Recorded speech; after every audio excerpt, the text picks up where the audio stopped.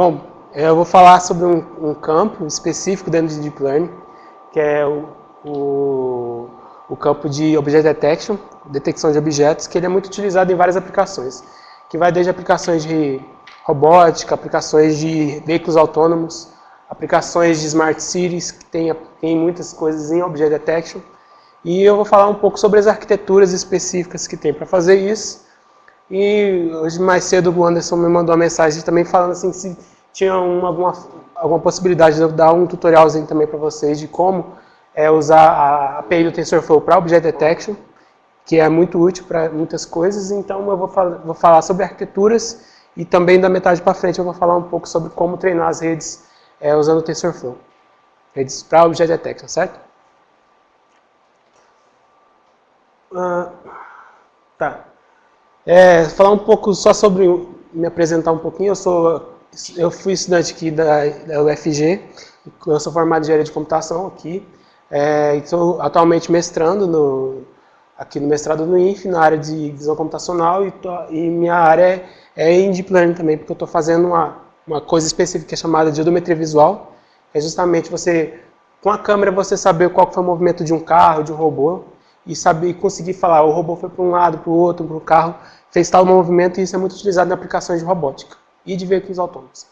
Então é isso que eu estou trabalhando atualmente. Bom, quando a gente está falando em Deep Learning, a gente fala de várias coisas.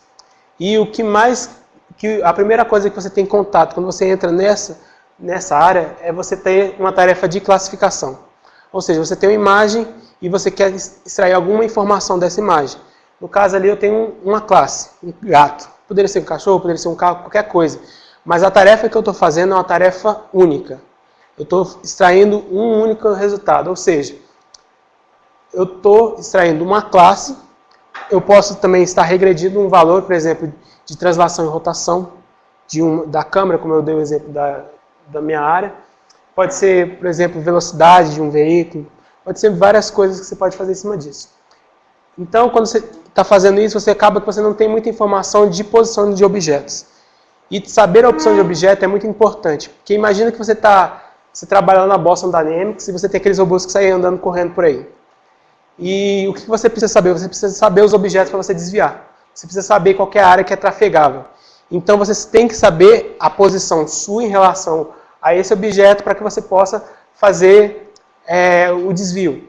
Como você poderia fazer o desvio? Simplesmente você põe o objeto você anda para um ponto onde não tem nenhum objeto. Basicamente, uma forma mais simples. Então, nesse caso, você poderia desviar de um objeto específico, e nesse caso você só teria uma classe, e o que importa para você é simplesmente a localização desse objeto no espaço. Ali você tem uma tarefa de classificação e uma tarefa de localização. É isso que você faz. Quando você tem um passo seguinte, que é que você tem múltiplos objetos numa imagem, e além de ser múltiplos objetos, ser de múltiplas classes diferentes, então você entra num escopo diferente em Deep Learning, que é chamado de Object Detection. Object Detection é justamente você ter um problema que faz classificação de objetos entre classes e também a sua localização. É juntar os dois passos anteriores que estavam ali. O ponto seguinte que você teria é você fazer a segmentação. A segmentação é você dizer diretamente o valor do pixel, você classificar cada pixel que você tem, ou seja, você tem a imagem e você está trafegando, por exemplo, para uma pista e você trabalha num projeto de veículo autônomo.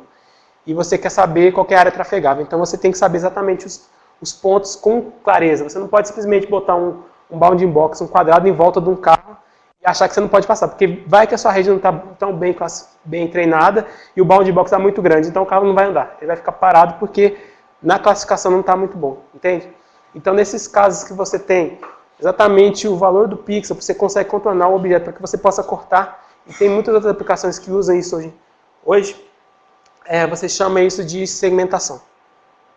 O problema é de segmentação de imagens.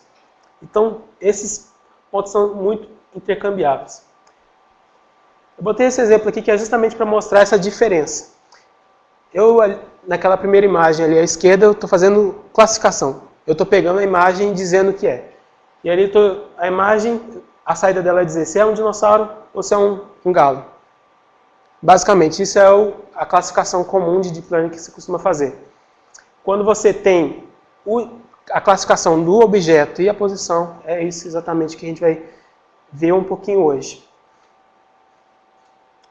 Bom, as aplicações que você pode ter, e isso são muito grandes. Tem aplicações, por exemplo, aquela imagem da esquerda ali tem um problema, uma rede de classificação de faces. Quando você detecta, imagina que você tem uma aplicação em que você está fazendo reconhecimento facial. Ou seja, você quer saber exatamente que pessoa é aquela pessoa que está na imagem. O pessoal, nos workshops do ano retrasado já, eles apresentaram uma aplicação da Polícia Civil, que eles pegavam o ARP, não sei se vocês já tiveram acesso a saber o que é, que o pessoal pega a face e consegue cruzar com uma base de dados de criminosos para reconhecer as pessoas que estão ali. Então, teoricamente, você poderia colocar uma câmera num lugar aleatório na rua e você ficar reconhecendo se tem uma pessoa, um suspeito, uma pessoa que está sendo procurada pela polícia. Certo? Por exemplo, na China, hoje, todo mundo é o tempo todo rastreado. Então, se uma pessoa ela está sendo procurada pela polícia, todas as câmeras que tem nas ruas de vigilância, elas estão fazendo essa tarefa de reconhecimento facial. Reconhecer exatamente qual pessoa é aquela que está sendo pega pela câmera. Para fazer isso, você não imagina que você tem aquela imagem ali com aquele tanto de pessoas. Não dá para você simplesmente pegar a imagem e passar para a rede. Você tem que exatamente cortar o rosto da pessoa e passar para uma rede que é capaz de diferenciar faces muito bem. Certo? Essa outra aplicação aqui é uma aplicação um pouco diferente, porque muda um pouco a escala. Essa aqui é uma imagem por satélite, em que você está fazendo a contagem de veículos no estacionamento. Então, essas coisas que estão em rosa, meio roxo ali, são veículos no estacionamento, e você consegue fazer a contagem detectando os veículos de uma imagem satélite, de uma imagem aérea. Outras aplicações que o pessoal faz também muito, reconhecimento de vegetação. Por exemplo, de imagem de satélite, você consegue saber se tem a plantação das pessoas, se tem uma situação de produção boa da plantação. Outro tipo de aplicação na área de agronomia. Aqui também, nesses quadrados que são brancos, são árvores que está reconhecendo aqui também para fazer isso. Então são aplicações interessantes para fazer e que fogem um pouco, às vezes, da ideia que a gente tem, às vezes, de uma coisa muito pequena para fazer alguma aplicação simples como reconhecimento, como detecção de face, para uma coisa mais em escala um pouco maior. Outra aplicação que você pode ter usando o Object Detection. Você pode, por exemplo, reconhecer pessoas andando. E no caso aqui tem a imagem de um jogo, ou seja, os modelos que você treina muitas vezes no mundo real, com imagens no mundo real, muitas vezes se aplicam para mundos virtuais. E também hoje tem um caminho novo que o pessoal está fazendo bastante, que é você gerar dados de forma artificial, ou seja, com simulações, com aquelas engines de jogos ultra realistas que o pessoal tem hoje, o pessoal gerar dados em cima disso. E nesse caso aqui específico é uma engine para fazer uma inteligência artificial de um jogo. Então você detecta exatamente onde está cada jogador, onde está o objetivo, e você faz um algoritmo que consegue movimentar os jogadores para fazer uma tarefa específica. Então, uma outra aplicação. Aqui que eu falei um pouquinho antes sobre Object Segmentation, que é exatamente isso aqui, é dizer o que é área trafegável para veículos. Você tem os veículos, tem os obstáculos, e essa classe que é um roxo aqui mais de baixo diz onde que um veículo que estivesse trafegando para essa rua poderia estar. Certo? E esse seria um passo que você poderia utilizar. Tem algumas redes de Object Detection que ela usa segmentação para fazer isso. Ela segmenta o objeto e depois põe um bounding box, que é um quadrado que circula o objeto que você está tentando detectar, para fazer essa tarefa de Object Detection também. Bom, quando você vai para Object Detection, você acaba encontrando alguns problemas específicos. Que você poderia citar, por exemplo, um número muito grande de objetos. Em algumas aplicações que você tem, por exemplo, imagina que você tem uma câmera de segurança da cidade e você está fazendo contagem de veículos que estão passando ali por uma via. A quantidade de veículos, dependendo, por exemplo, no horário de pico, seria um volume muito grande. Então, muitas vezes você tem um número muito grande de objetos na imagem e esses objetos estão sobrepostos, esses objetos são oclusos um contra o outro. E muitas vezes, em aplicações clássicas, eles tinham problemas para trabalhar com oclusões. Oclusão é um problema muito específico em Object Detection, que é quando um objeto está sendo encoberto parcialmente ou totalmente por outro objeto. E isso é um problema que, em aplicações mais clássicas de visão computacional, era muito limitado o que eles conseguiriam fazer. Então? Ah, tá. Qualquer coisa eu mando pro pessoal. O pessoal falou que os slides estão um pouco diferentes. O pessoal no grupo? É no grupo do WhatsApp. Aquele link que você mandou não é esse slide. Uhum.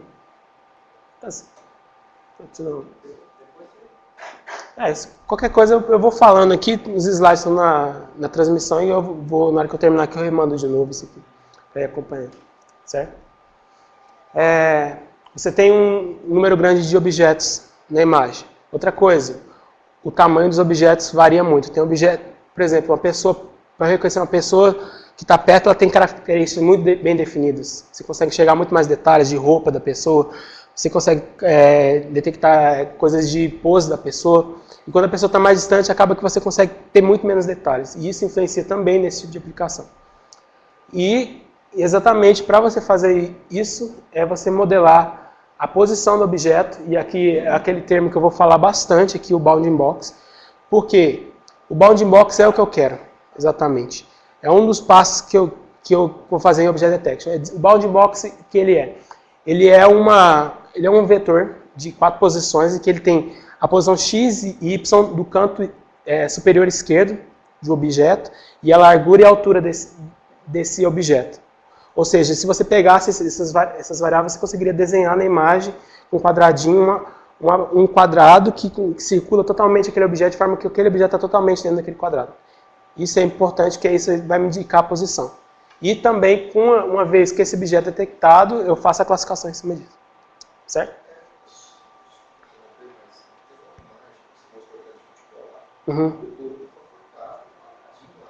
Sim, sim. E eu vou mostrar alguns exemplos funcionando das redes, e você vai ver que isso acontece bastante.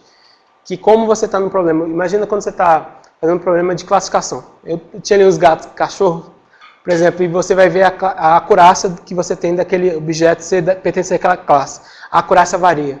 E isso acontece porque você tem problemas com iluminação, a imagem tem ruído que influencia também na imagem, e isso faz com que a sua acurácia caia muito. E toda vez que você está trabalhando em Deep Learning, que você faz o seu modelo, que você vai, por exemplo, tem um dataset do IMDb. O dataset do IMDb tem imagens de famosos. E aí quando o pessoal fez um estudo estatístico dessas imagens, e a maioria das pessoas que estão lá são pessoas brancas, homens. A maioria, assim, na escala assim, de ser 10 mil homens brancos e ser 3 mil homens negros. Entende? Essas classes são desbalanceadas. Então, o que acontece? Quando você vai pegar a aplicação do mundo, desses datasets são bem treinados, com uma câmera boa, e vai para o mundo real, isso sempre influencia a sua acurácia, certo? E quando você está numa aplicação de Object Detection também acontece.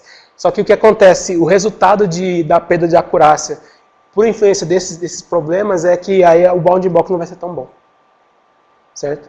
A classificação do objeto, dizer qual objeto não vai ser tão boa, e também o bounding box também não vai ser tão bom. Certo?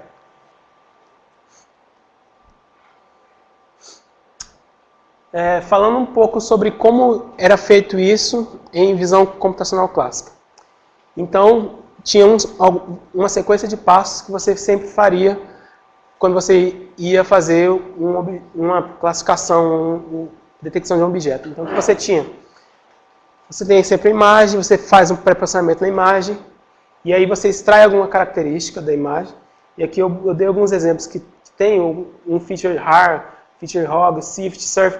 E é meio interessante quando você vê aquelas imagens que o pessoal pega dentro da rede e vê os mapas de ativação no meio das redes, que são exatamente esses features que uma rede convolucional é capaz de aprender. Certo? O que acontece? Isso aqui tudo era o que o pessoal fazia para detectar, para classificar, né, algum objeto. E quando você tem Deep Learning, desde a parte de pré-processamento até a extração dos features e a classificação, é tudo dentro de uma rede que é feito, certo? E aqui eu vou citar aqui 2 modelos específicos de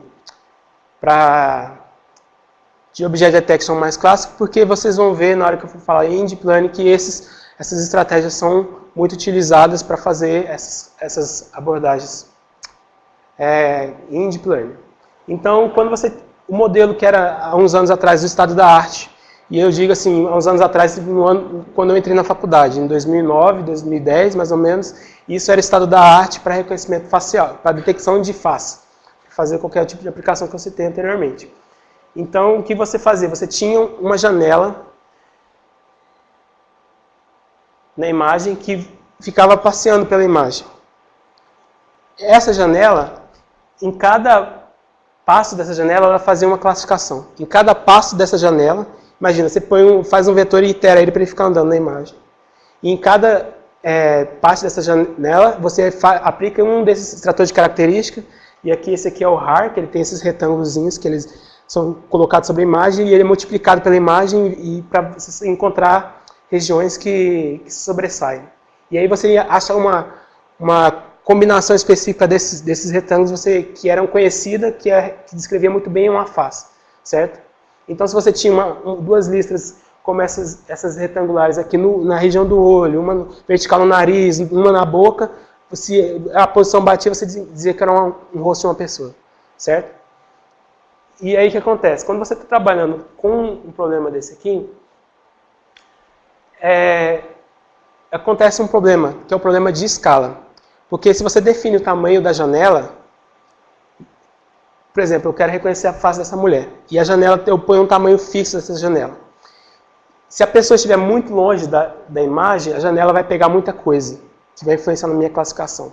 Se eu fixar a janela num tamanho que fica mais ou menos no rosto da pessoa, ou se eu pegar um tamanho muito pequeno, acaba que se a pessoa estiver perto da câmera, a imagem vai pegar só um nariz da pessoa, uma boca para classificação, certo? Então, não bastava fazer a janela. Então, imagina o algoritmo como é que era. Você pega um retângulo e você fica passando pela imagem, você fica extraindo características, você fica classificando isso aqui, passando na imagem toda.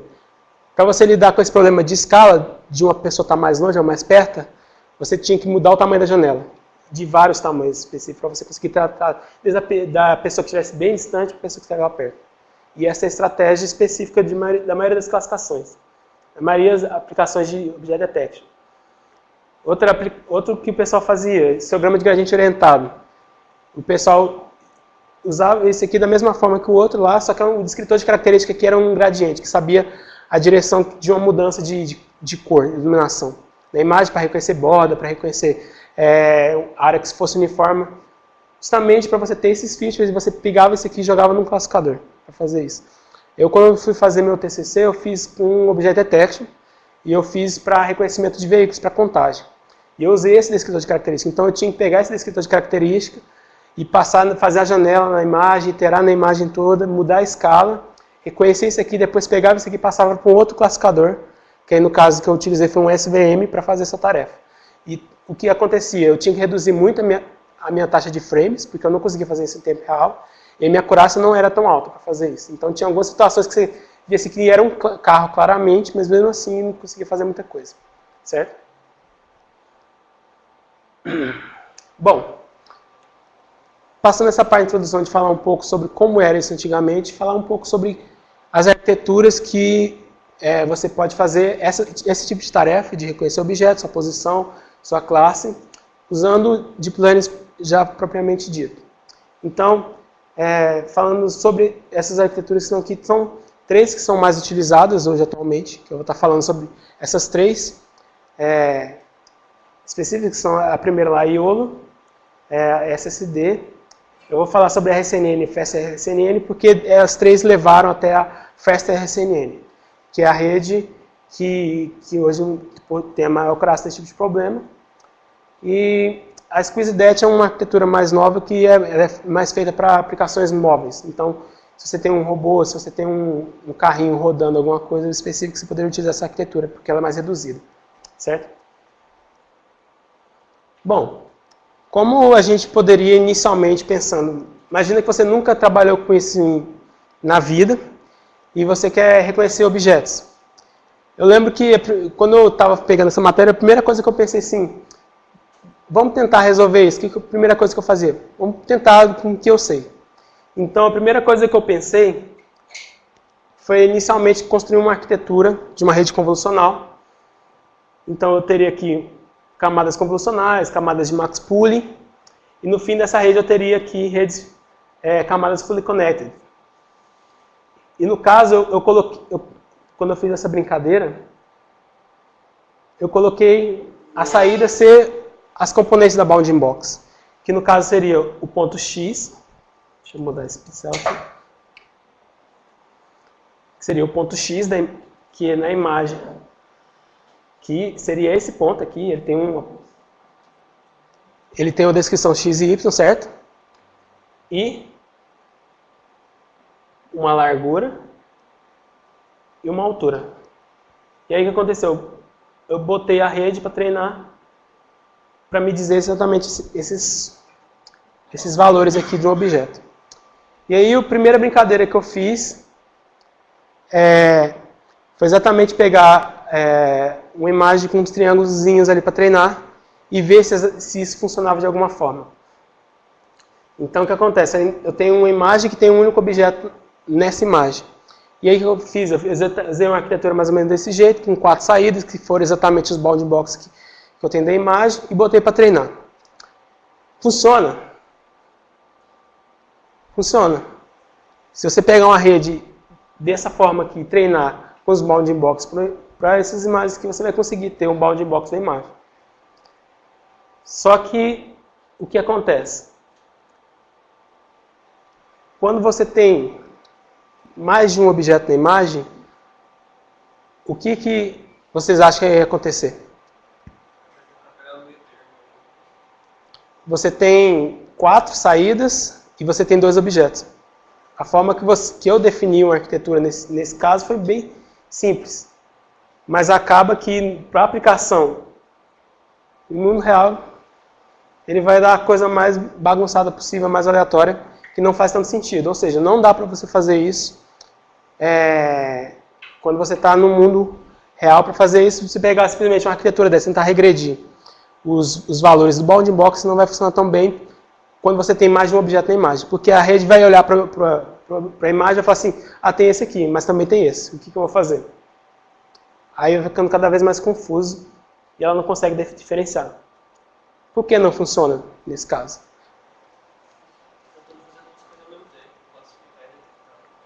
A sua estratégia... Imagina, eu mostrei para vocês algumas arquiteturas específicas, algumas aplicações de visão clássica que tinham vários passos que você tinha que fazer para você conseguir fazer essa tarefa, certo? E eu fiz simplesmente uma coisa bem simples. E aí, quando você vai tentar fazer esse tipo de aplicação, você não pode simplesmente fazer isso. Você precisa de uma estratégia. Você precisa montar um mecanismo para você fazer essa tarefa. E agora que eu vou entrar para falar um pouco das arquiteturas que são mais utilizadas, vocês vão ver que tem 1 milhão de estratégias diferentes para você fazer Object Detection. Cada arquitetura tem suas particularidades, suas pequenas regrinhas que eles utilizaram para fazer esse tipo de tarefa. E é tudo uma questão, nesse caso, a diferença em todas as arquiteturas é sempre uma questão de estratégia, de como você aborda esse tipo de problema. Bom, vamos entrar agora um pouco em Deep Learning mesmo. Imagina que você tem essa imagem aqui, você tem algumas classes ali. Por exemplo, você tem a classe da pessoa ali, você tem a classe cavalo, e você quer detectar o objeto nessa imagem. Essa aqui foi uma das primeiras arquiteturas que foram propostas para fazer isso aqui. Então, você vê que vai ter muita coisa que vai herdar das arquiteturas mais clássicas para fazer esse tipo de tarefa. Então, o que o pessoal fazia? Em vez de pegar uma janela que passa na imagem, que vai indo em todos os pixels da imagem, e que você fica variando o tamanho dessa janela que você faz, a ideia deles foi justamente assim, não vamos fazer isso, vamos fazer 2.000 sujeitos, eu vou botar no 2 números aleatórios aqui, para me dizer a dimensão do bounding box, e vou sortear isso aqui, e aí eu vou pegar essas regiões. Então o que acontece? Em cada passo de treinamento, você pega a imagem e você sorteia 2.000 bounding box, que você não sabe se essa bounding box pertence a um objeto específico, certo? E aí, o que você faz nessa imagem? Quando você gera aleatoriamente, vai ter um bounding box que vai ser mais largo, que vai ter mais comprido na altura. E o que acontece? Todo objeto, todo bounding box que você gerava nessa arquitetura, você pega esse objeto, não importa a dimensão dele, você transforma ele num objeto quadrado, certo? Então isso aqui, antes da rede começar a treinar, Então você pensa o pipeline da rede. Você tem a rede para fazer a tarefa de classificação de achar o bounding box. Mas você fora dela, você tinha uma parte que você tem que para sortear os bounding box em cada época que você está fazendo. Certo? A posição x, y, largura do objeto e sorteado na imagem toda. Certo? Vai dar um bounding box, uma região aleatória da imagem, de uma proporção totalmente aleatória que você vai gerar na imagem. Certo? Mas em todos você sorteia aleatório e transforma num quadrado. Você redimensiona essa região que foi proposta. Na região selecionada. Se ela fosse um retângulo, você transforma num quadrado. Aí, claro, você vai distorcer bastante o objeto, vai dar alguns problemas na classificação, mas essa foi a primeira estratégia que eles fizeram, certo? Então, você extrai possíveis objetos, utilizando um método baseado em regiões. Você extrai características dessas imagens. Então, o que acontece? Vou voltar aqui. A arquitetura era basicamente, você pega a imagem, redimensiona. E aí você usa uma rede convolucional para extrair as características. Em vez de você usar aqueles outros métodos de extração de características que eu citei anteriormente, RAR, ROG, que o pessoal está utilizando, a rede convolucional é responsável por fazer essa tarefa. Certo? E aí o que acontece? O problema principal é que esse processo é lento porque a rede não roda o tempo todo, só rede rodando ali na GPU. Tem um processo fora que o computador tem que gerar, que roda na CPU, que tem que fazer várias outras tarefas que ficam, acaba que sendo um gargalo para treinamento, para quando você for rodar isso, depois de uma rede estar treinada. E outra coisa, no fim dessa rede você tinha aplicado um outro tipo de classificador. Você não tinha ali redes, uma camada fully connected com ativação softmax para fazer a classificação. Você tem outro tipo de classificador, um classificador linear, o SVM, para fazer essa tarefa. Então, a parte de Deep Learning que entrou nessa primeira arquitetura aqui foi simplesmente para substituir aquela parte de extração de características da visão clássica, e você botou uma rede convolucional para fazer isso. Certo? Foi o passo inicial. Aqui eu citei o Selective Search para fazer isso aqui, que era basicamente isso. Então você gera aleatoriamente essas regiões. Ali você vê que tem uma dimensão mais aleatória possível. E você pega cada uma dessas regiões e você passa a tarefa para classificar uma classe. Então você, por exemplo, tem aqui classe bicicleta, classe porta, classe boneco, por exemplo. Então você pega a rede, uma arquitetura para detecção de objeto, no caso, e você pega aquele quadrado e passa uma imagem e você vai enxergar como um problema de classificação. Um problema mais básico de Deep Learning, certo? Que foi o primeiro passo que eu fazer. Então, ele enxerga, de certa forma, como um problema de classificação, certo? O classificador SVM no final tem o label, que vai me dizer qual que é aquele bounding box certo? O bounding box. Sim. Ele é sorteado, imagina assim, ele é sorteado aleatoriamente, certo? Então você pega, o primeiro bounding box que foi sorteado, ele tem uma dimensão dentro dessa imagem. E aí o que eu faço? Eu pego passo na rede, a rede extrai as características desse bounding box que foi sorteado, e aí o classificador no final, ele classifica se pertence a uma classe ou não. Certo? Então para cada bounding box que foi executado, imagina que, por exemplo, se fosse uma rede convolucional, você corta um pedaço da imagem e você classifica. Corta outro pedaço da imagem e você classifica. Corta outro pedaço da imagem e você classifica. Os rótulos são gerados aleatoriamente, no sorteio. Você gera a posição x e y, largura e altura. Certo? Aquela parte da proposta da região que gera, aleatoriamente ele me diz onde começa o ponto inicial da imagem, a largura e a altura. Ah, sim, sim. Isso aí é o ground truth do seu dataset. Basicamente, tem uma resposta certa, mas quando você está na rede, por exemplo, para um treinamento, ele vai olhar a primeira coisa, olhando os passos, ele vai olhar primeiro o que está ali. A proposta classifica. Aí ele olha lá no bounding box, vê se o bounding box coincide com a posição que você gerou, quão distante ele está da posição que você gerou, e vê se a classe está certa, pelo menos. Certo? E aí, quando você gera aleatoriamente, você vai acontecer que muitas regiões dessas vão estar sobrepostas, certo? E aí, o que é o ponto aqui que é feito.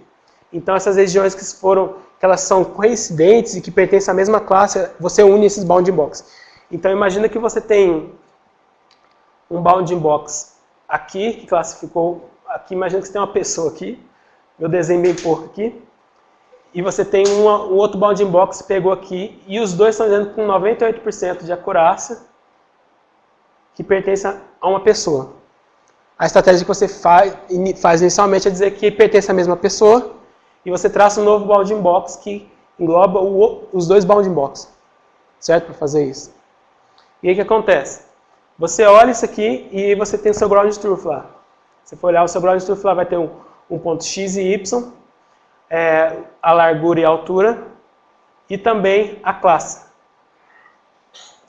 do seu objeto, certo? Então o seu treinamento sempre vai levar em conta essas coisas, a classe, a que pertence ao objeto e o bounding box. Rapaz, aqui fez uma pergunta. Certo. Então já precisa de uma rede treinada para fazer essa classificação? Não nessa arquitetura especificamente não. Tem algumas arquiteturas que usam esse artifício. Mas nesse caso específico, a rede convolucional está aqui só para extrair características. Ela não está aqui para fazer uma tarefa de classificação, como as redes que você usa desde o início. Quando você entra em Deep Learning, você começa a ver rede convolucional, que tem uma camada fully connected no final que faz essa tarefa de classificação, certo? Então, nesse caso, você tem a rede e você treina também a rede com base no erro do classificador. Ainda que o classificador no final seja um outro tipo de classificador, um SVM, você tem um erro, certo? Em relação à resposta certa. Então você usa esse erro para fazer o gradiente da mesma forma da rede, certo? Tem a parte do erro, a cálculo do erro da mesma forma que uma outra arquitetura que você fosse treinar em Deep Learning.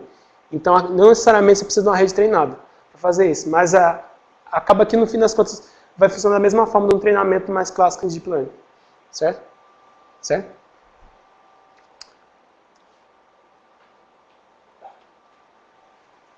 Beleza.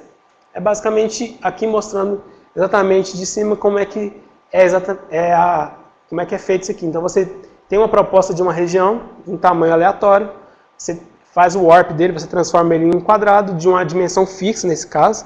Você sempre vai pegar esse quadrado e transformar ele, você passa numa rede convolucional que vai só extrair características e você vai passar para uma rede SVM para fazer a regressão e também dizer qual é a classe que pertence àquele objeto. Certo? Mais ou menos isso. Beleza. O que acontece? Essa foi a primeira arquitetura que o pessoal tentou fazer. Foi uma ideia mais básica e o pessoal... Se vocês forem olhar um pouco a arquitetura, ela lembra bastante uma outra rede muito famosa, que é a AlexNet. A AlexNet era uma rede convolucional que ela fazia exatamente isso. Era uma rede convolucional, não era rede... Os autoencoders, esqueci o nome. Alguém se lembra? Ok. A AlexNet é uma rede que tem uma parte que faz a extração de características automaticamente. E no fim da AlexNet você tem um SVM, um classificador da mesma forma. Então a estratégia é muito parecida à que foi a AlexNet. Então ele usou um outro tipo de classificador, que não é uma rede neural multicamadas MLP, que a gente chama de fully connected, né? Para fazer esse tipo de tarefa, você usa um outro tipo de classificador para fazer exatamente isso. Então, ela é muito parecida com a AlexNet nesse sentido. E aí, qual que foi o primeiro passo que o pessoal começou a trabalhar? Foi exatamente mudar o classificador. Então, você tinha um SVM e agora o pessoal passou a entrar mais na área de Deep Learning que o pessoal utiliza. Então, eles colocaram redes fully connected no final da rede, que eram responsáveis por dizer a classe e dizer qual que é o bounding box específico da imagem. Então, a parte de busca e de geração das bounding box aleatórias ainda estava. Mas nessa outra arquitetura, você tem uma estratégia que é um pouquinho diferente. Você tem ali uma mudança no final da rede, você não tem mais um classificador SVM, você tem uma rede mais parecida com o que a gente está acostumado, mas você também tem que gerar regiões, uma proposta de região. Então, esse videozinho aqui, esse gifzinho aqui é exatamente isso. Aqui você gera uma proposta de uma região, de forma aleatória também na imagem, e o que acontece? Você pega essa região e faz... Aqui você... Deixa eu ver aqui quanto que é. 1, 2, 3, 4, 5, 6, 7, 8. 8 por 8. Você pegou a imagem, nesse exemplo específico, e dividiu em um 8x8, certo? Você não gerou aleatoriamente, você dividiu um grid na imagem. E aí o que aconteceu? Você pegou esse grid e você passou para a rede para classificar, e a rede classificou cada quadradinho desse, independentemente, certo? E aqui, cada cor que tem nessa imagem aqui é uma classe. E dentro desses números que tem aqui é a acurácia que a rede teve dentro daquela porção da imagem, que pertence àquela classe que é dessa cor, certo? Uma vez que você pega a imagem, divide ela e faz a classificação, ele faz uma tarefa que é bem parecida com o max pooling, que é você tentar achar qual que é a classe que é mais representativa dentro de uma região. Então você corta a imagem, você faz a classificação, não faz mais no fim da rede essa classificação, mas você faz a classificação da imagem, depois que você faz a classificação da imagem, você gera uma região dentro disso aqui e faz uma coisa bem parecida com o max pooling. Você tenta achar qual que é a classe que tem maior confiança dentro dessa área toda, maior, certo? E aí o que acontece? A acurácia, no fim das contas, vai ser relacionada ao maior valor dentro daquela região. Então, se você tinha ali vários dentro desse grid, que você segmentou a imagem, você tem a acurácia 85% da classe tal, 75% você pega a maior acurácia que tem dentro daquela região que você tem, e aí você denomina que todo mundo que está dentro daquela região pertence àquela mesma classe. Certo? Então, o que mudou exatamente é não gerar de forma aleatória as regiões para fazer a tarefa de classificação. No caso, você divide a imagem e classifica dentro da imagem, e depois você gera a região simplesmente para fazer esse coisa semelhante ao max pooling, para você fazer esse tipo de classificação. Certo? E aí ele chama isso de ROI pooling, região de interesse, ROI Region of Interest, região de interesse, que ele faz o pooling de uma região específica dentro da imagem para dizer qual pertence a uma classe, acha a maioria, e com base na maioria ele classifica uma região maior dentro da imagem, certo? Para fazer um resumo maior do que está ali dentro da imagem. Essa arquitetura aqui ela é intermediária. Essa era a anterior, que é a RCNN, ela era lenta, rodava cerca de 12 segundos para fazer uma inferência dentro da imagem. Imagina que você treinou a arquitetura toda e depois você vai aplicar ela nas imagens para você ter inferência. Então, para cada imagem que você pegasse, dependendo da resolução da imagem, é claro, você ia demorar 12 segundos para você dar o resultado. Ou seja, se você tivesse que detectar veículos por um problema de veículo autônomo, o carro ia bater com certeza. Não tem como rodar esse tipo de coisa. Certo? Essa é a FastSNN. A diferença, ela é end-to-end, que ela não tem aquela parte de ter um outro tipo de classificador diferente para fazer a classificação. Em relação à RCNN, a primeira dessa linha de arquiteturas, ela é bem mais rápida, mas mesmo assim ela ainda está ali perto de 7 a 8 segundos para fazer a inferência. Certo? Beleza. E agora, falar um pouco sobre uma arquitetura que é muito utilizada hoje. Essa arquitetura ela foi proposta no final de 2016, ela é chamada de FastRCNN, e ela, dentro do que ela se propõe a fazer, ela é a melhor até hoje. Já tem 2 anos e ela continua indo muito bem. E o que acontece? Ela tem uma tarefa específica dentro da rede, uma estratégia que ela utiliza, que também utiliza tudo que foi proposto na FastRCNN, que é, no caso aqui, adicionar uma outra rede, que essa é RPN aí, que é a Region Proposal Network, que é uma rede que o único trabalho dela, dentro dessa arquitetura, é propor as regiões. Então agora, nessa rede, eu não faço nem gero aleatoriamente, nem pego e separo a imagem num grid. Então o que acontece? Eu tenho a rede que ela faz a tarefa de classificação e regressão, mas essa parte de gerar da estratégia de gerar regiões propostas, para você fazer essa classificação, que todas as outras tinham uma forma diferente de fazer isso, você tem uma segunda rede que é responsável exatamente por só gerar essas regiões propostas. Então, o que acontece aqui nessa imagem aqui? Você tem uma rede CNN, ali inicialmente, que ela é pré-treinada para uma tarefa de classificação no dataset do Imaginet, que você usa ela para extrair características. E aí você tem várias camadas convolucionadas dessa imagem, e aí em um ponto no meio dessa rede, acontece? Você pega a saída do último feature map, que você tem na imagem, e você passa para essa outra rede, certo? E aí a tarefa dessa rede não é aprender bounding box, não é aprender qual que é a classe, não. Ela olha para o bounding box e fala assim, o bounding box é uma região de interesse. Então o que eu tenho que fazer, aprender, é gerar regiões de interesse com base no bounding box. Então ele não está tão preocupado com a acurácia do bounding box, nem com a classe, certo? Ele só está preocupado em gerar uma região específica. E muitas vezes, quando essa região gerada pela RPN é gerada, ela é muito maior que o objeto, porque ela não leva tanto em conta a acurácia, mas ela tenta, a forma que essa rede é treinada é só o bounding box, certo? E aí ela gera uma região que seja parecida com o bounding box, seja próxima do bounding box, e ela tem uma tolerância maior para aceitar um bounding box maior, porque esse bounding box depois vai ser refinado na parte final da rede. Ali. Você tem a perda de classificação, a função de perda que avalia a classificação, se está certo ou errado, e você tem uma outra parte no fim da rede que que calcula a perda para saber, para refinar esse bounding box que foi gerado da proposta para o bounding box mais certo, com que é o do mundo real que estava no seu ground truth, certo? Então o que acontece, a diferença, você olhar os bounding box.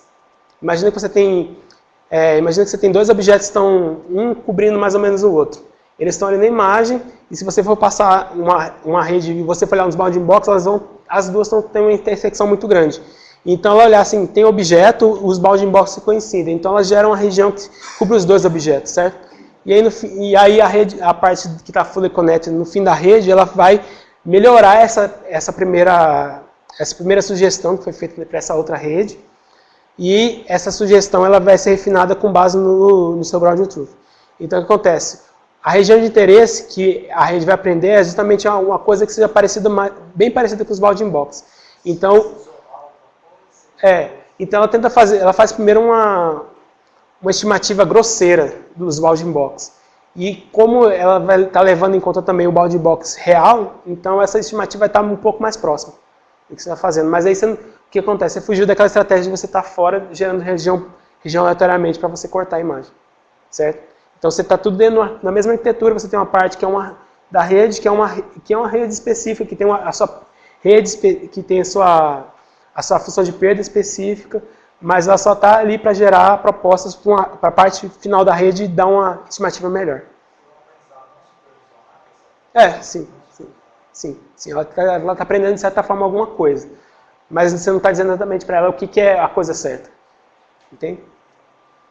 Certo? Bom, a principal contribuição dessa rede, que hoje é a melhor rede, é que ela tem essa região proposal, que é uma coisa um pouco diferente, que aumentou consideravelmente a velocidade da rede para fazer inferência. Então você pega a imagem para passar para a rede é muito mais rápido que as versões anteriores, é claro. E até hoje ela é a rede que tem a maior acurácia. Então quando você está tentando detectar, você tem uma aplicação lá que você está avaliando vídeo, e você está avaliando pessoas, o fluxo lá, e você não tem que rodar isso em tempo real, e você está muito, como é que fala? A acurácia é um ponto definitivo que você não pode ignorar, não tem nenhuma tolerância em cima disso, então nesse caso a FastRCNN é a melhor. Ela é muito mais rápida que a FastRCNN, mas ela ainda não é aplicável em aplicações em tempo real, certo?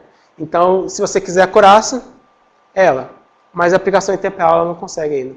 Se você for pegar um computador com uma GPU boa, lá no meu computador ele tem uma GTX 1060, que é topzão das placas de vídeo para fazer Deep Learning. O tempo de diferença fica entre 1,5 segundo e 2 segundos para fazer isso. Então, se você tem alguma coisa para fazer em tempo real, acaba que 1 segundo por cada imagem. Imagina que você tem um buffer de imagens do vídeo. Você tenta destacar, vai juntando essa imagem, empilhando as imagens. Então, ou você descarta frames e considera que você vai fazer a inferência de 1 em 1 segundo.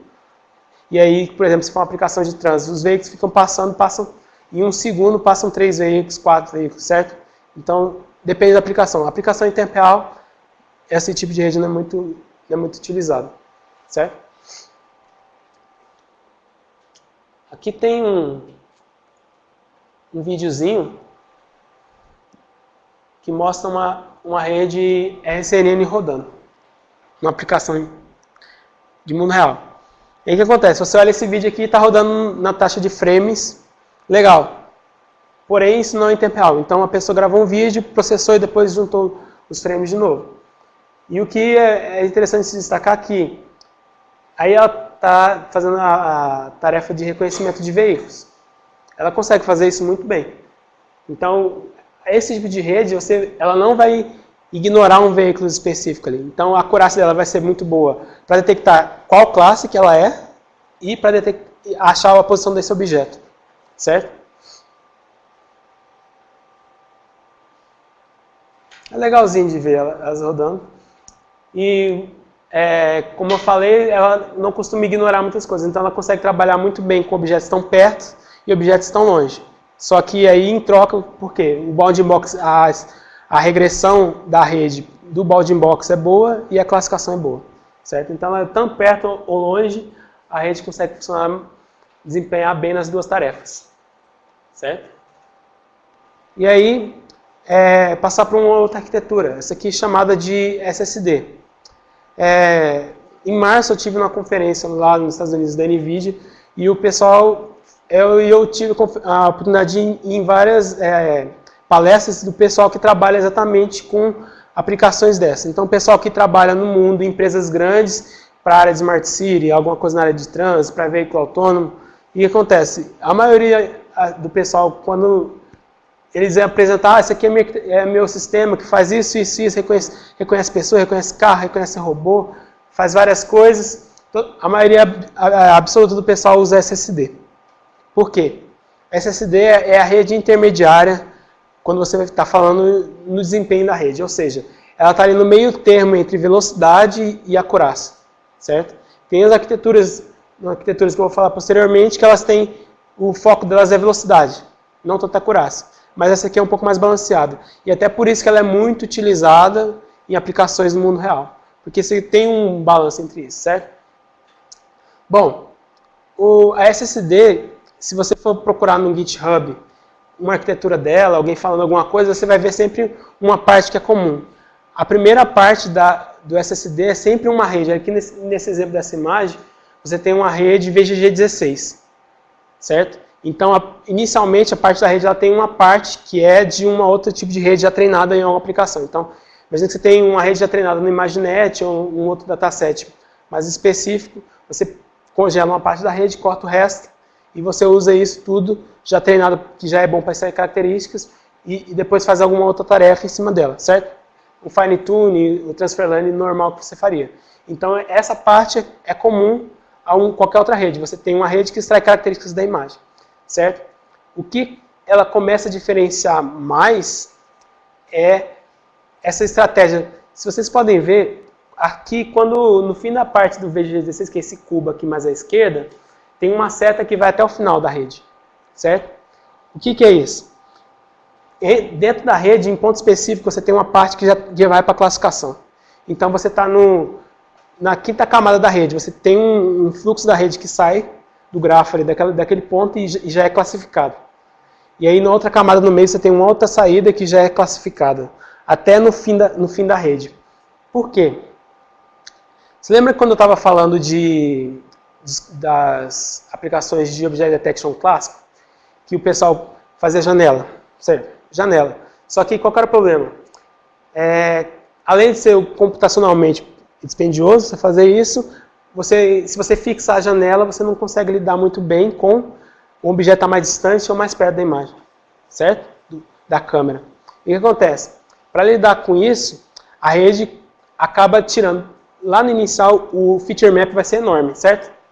E aí quando você faz a classificação, ela vai estar classificando a imagem toda, certo?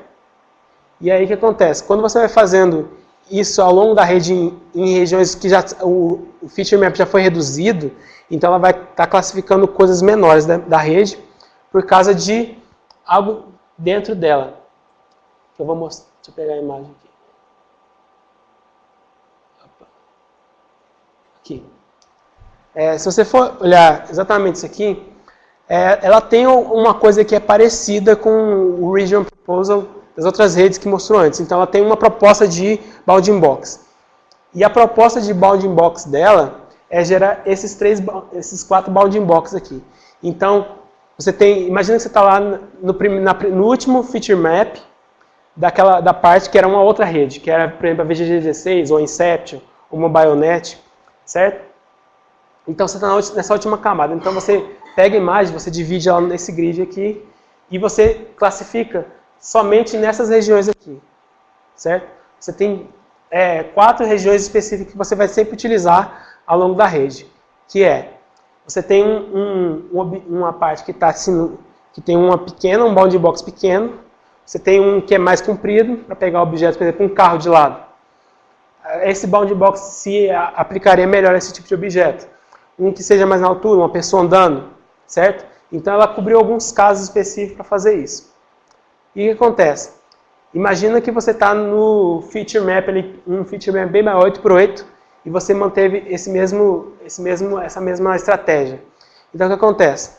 Como esse tamanho é fixo, você consegue pegar muito bem os objetos que são pequenos na imagem, certo? Então no Feature Map maior, como o tamanho dessa proposta que ele deu aqui é fixo, então num feature maior, no início da rede, ela vai pegar objetos pequenos, certo? E aí, quando for mais para o final da rede, que a rede vai fazendo ali um funil, para chegar, o feature map ela vai ser bem pequeno. E como o tamanho dessa proposta é fixo, ela vai cobrir um objeto maior, certo? Como a imagem maior, o tamanho fixo, ela vai pegar um objeto pequeno. Quando a imagem for diminuindo, ela vai pegar um objeto, até pegar um objeto que é do tamanho da imagem, por exemplo, para fazer esse tipo de coisa.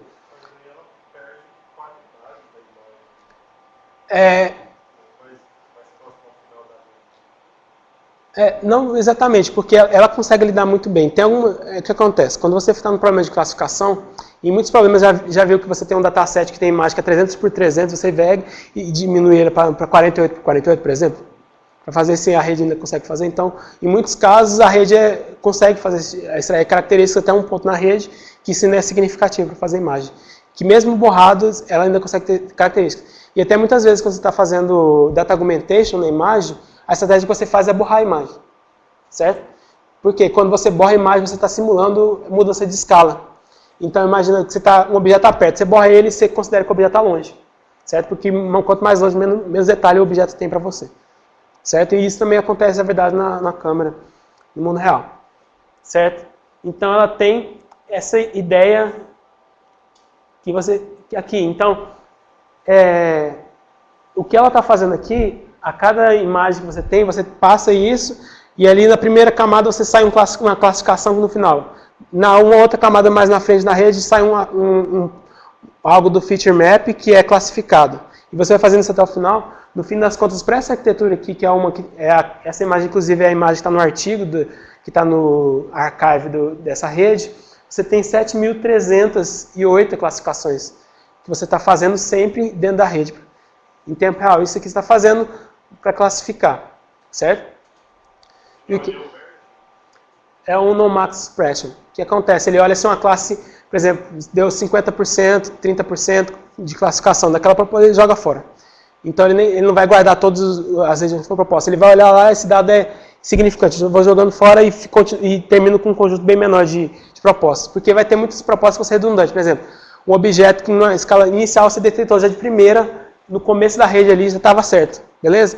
E quando você foi vendo, indo mais para o final, aí o que acontece? Aquele objeto estava bem aqui na imagem, ele estava bem no meio aqui, ele conseguiu classificar, ele vai ficando tão pequeno, tão pequeno, tão pequeno, que a acurácia caiu também. Porque você está diminuindo a imagem, certo? Isso aí, como ele estava numa outra escala maior, ele conseguiu classificar com uma acurácia boa, então ele simplesmente olha esse aqui, esse aqui está com a acurácia ruim, eu considero que na escala maior eu já detectei bem, então eu só descarto essas outras classificações que eu fiz, certo? É uma estratégia para fazer isso. O interessante quando você começa a rede, não tem nenhuma outra rede, nenhuma outra coisa fazendo. Isso aqui está rodando tudo dentro da mesma rede para fazer isso. Então, o que acontece? O passo da propagação da imagem, desde o início até o fim da rede, é de uma rede convencional. Simples. Mas tem uma estratégia dentro disso aqui, específica, que leva em conta algumas coisas. Você vê que tem aquela ideia do Region Proposal, que tinha desde o começo, ele se mantém. mas a forma que você usa eles que muda de uma arquitetura para outra, certo? Mas aí os bounding box são aleatórios ou são... Não, lembra que eu mostrei aquela imagem que tinha um bounding box de um tamanho fixo? Sim, mas... Ele sempre tem uma proporção fixa. O que acontece? Você tem uma imagem, você tem um grid na imagem, certo? Então, para cada uma dessas, você roda a classificação dessas diferentes proporções. Então, você pega a primeira aqui, que é a mais comprida, assim, na vertical. O que acontece? Você pega essa mais comprida, classifica, vê o resultado. Depois faz nessa mais na horizontal, vê a quadrada, vê a menorzinha. Aí você vê essas e vê qual que tem a maior acurácia e você considera essa. Certo? Para fazer isso. Mas o B ou o C seria as camadas mais internas. O feature map B e o feature map C seria das camadas mais internas. O B ali seria uma camada que está mais no início da rede e o 4x4 uma região mais pequena. Tanto que o tamanho dessa região proposta, dessas propostas de regiões aqui, ela é fixa. Mas aqui nessa imagem ela está bem maior, então ela está cobrindo mais coisa. Então, por exemplo, uma pessoa que estivesse mais longe aqui, essa região aqui mais no fim, ela conseguiria classificar essa pessoa.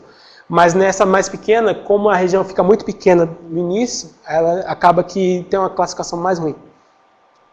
Certo?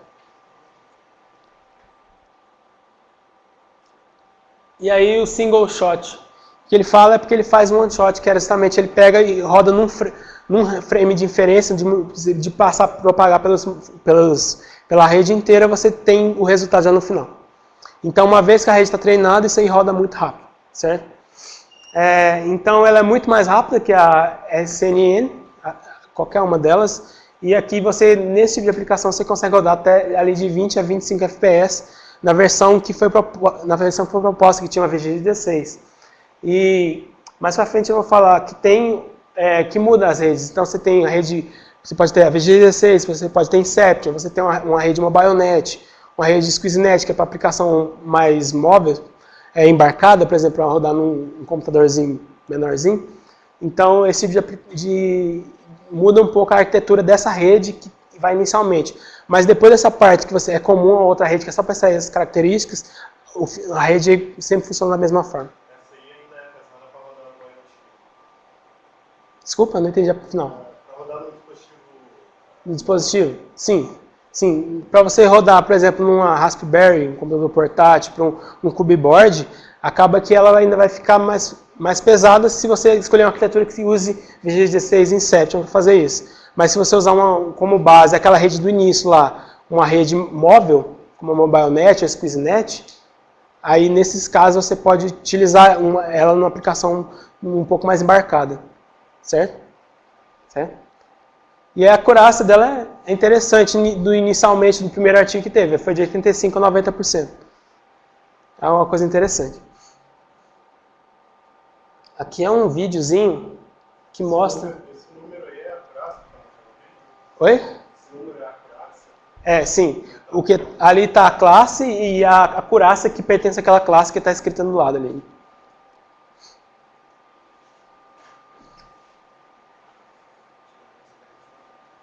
Certo? E o que acontece? O problema desse tipo de arquitetura é que ela não costuma funcionar tão bem quando o objeto é muito pequeno. Então a acurácia dela, ela sempre perde porque ela está considerando muita coisa e às vezes a região do propósito não é tão boa para cobrir o objeto todo. Então o que acontece? Quando o objeto está próximo da câmera, ela costuma funcionar muito bem, ela é muito bom com isso. Mas com objetos que são bem mais distantes da câmera, ainda que essa parte de ter uma região fixa, que é no ponto que a imagem é muito grande ainda, e tem essa estratégia toda, acaba aqui sendo meio engessada e ela acaba que não funciona tão bem com objetos que são muito distantes. Mas em muitas aplicações, você não está considerando a pessoa que está muito longe. Aqui eu faço de reconhecimento facial, você não está às vezes classificando a pessoa que está lá do outro lado da rua lá, você está às vezes classificando a pessoa que está andando perto de algum ponto específico. Com a resolução maior, sim. Se tivesse uma resolução maior, você poderia cortar a imagem e passar para a rede, ela conseguiria fazer da mesma forma. Certo? E aí o que importa nesse caso é justamente a forma que essa estratégia de gerar essas regiões é feita, acaba que ela não privilegia tanto e não se importa tanto com a imagem estar tão grande, tão pequena, o que está muito no fundo. Então ela é muito boa o que está perto, com a acurácia interessante. Por quê? O que está perto é o objeto que está mais se movimentando. Certo? Aquela ideia do paralaxe, que o objeto que está muito longe, ele costuma movimentar pouco. Então, se você está olhando pela janela de um carro, você está vendo a montanha lá, a montanha está passando devagarzinho. O objeto está perto, ele passa muito mais rápido. Então, nesse caso, ele considera que o objeto está mais perto é mais importante. No fim das contas, acaba que o que ela fez foi isso, privilegiar esse tipo de situação. Certo? A box ela é fixa, essa posição XY também é fixa? Não. Você tem a imagem e você aplica esse... É como se fosse um filtro convencional que você aplica em uma diferença. Por exemplo, você tem um filtro 5x5 e você faz o stride na imagem. Certo? Então, quando você faz isso, você faz o stride, só que o filtro que ele faz é aquelas regiões específicas. Uma comprida, uma mais larga, uma maiorzinha e uma pequena. Certo? Então, é como se fosse um filtro que ele roda dentro daquele feature map, ele extrai uma característica e passa para o classificador e dá a resposta para cada um daqueles. Certo? Beleza? Opa. Por fim, essa aqui é a arquitetura que é muito famosa. Se for ver artigo objeto, até que você vai sempre falando da YOLO. E o que acontece? Inicialmente, eu lembro de fazer esse artigo, começar a fazer esses slides para algumas apresentações há algum tempo atrás. E eu lembro que proporam, eles falaram assim, agora a gente vai lançar a YOLO V3. Que ali embaixo tem a YOLO, YOLO V2, YOLO 9000 e YOLO V3, certo? E o que acontece?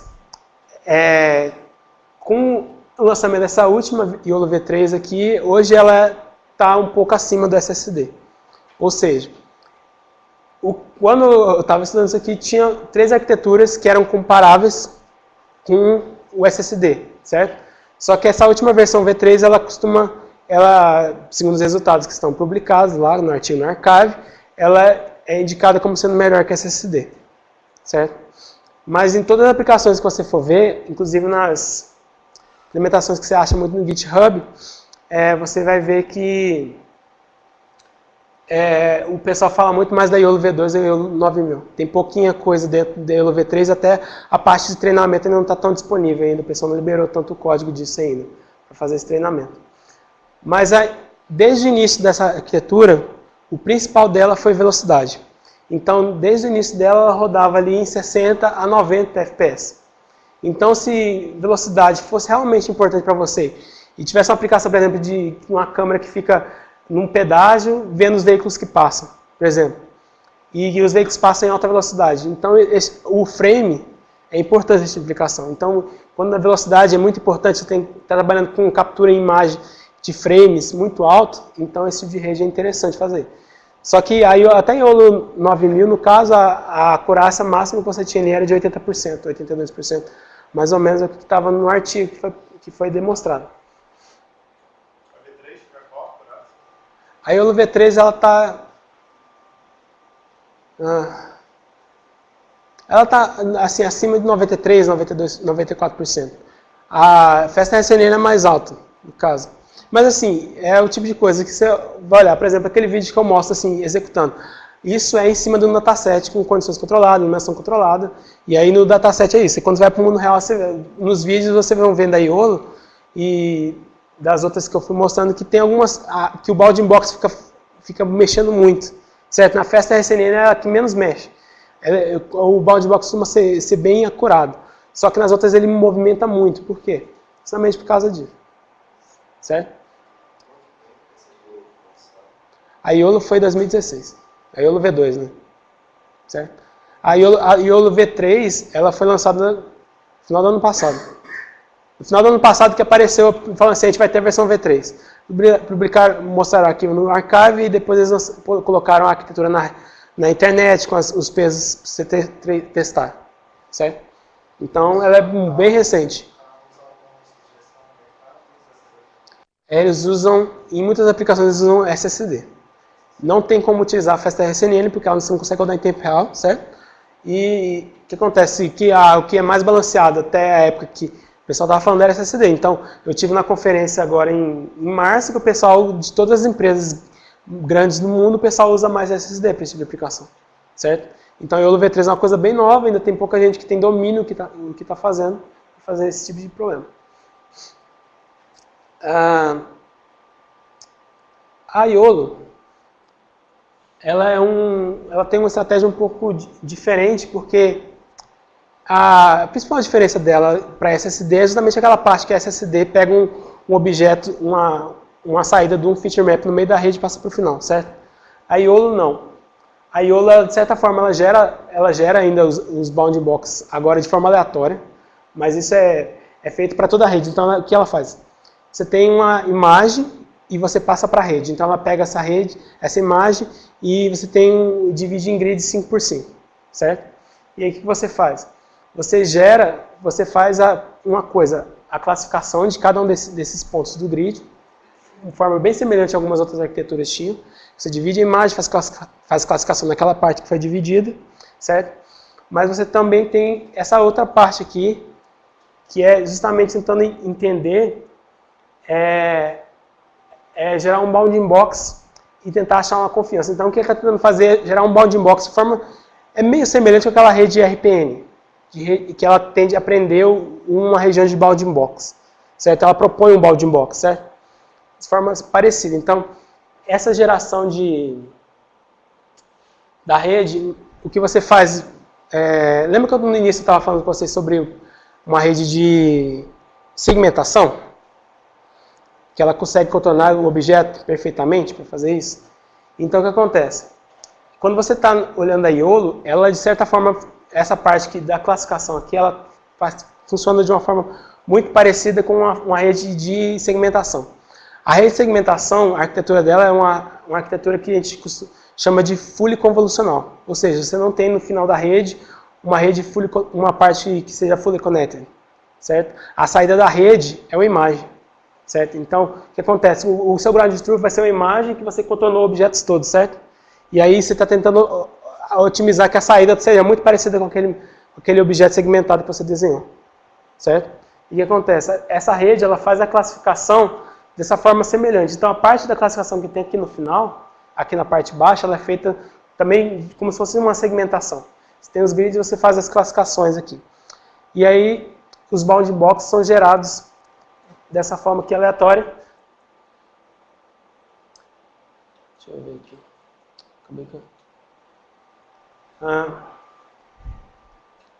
Acho que eu excluí uma parte aqui. Tá.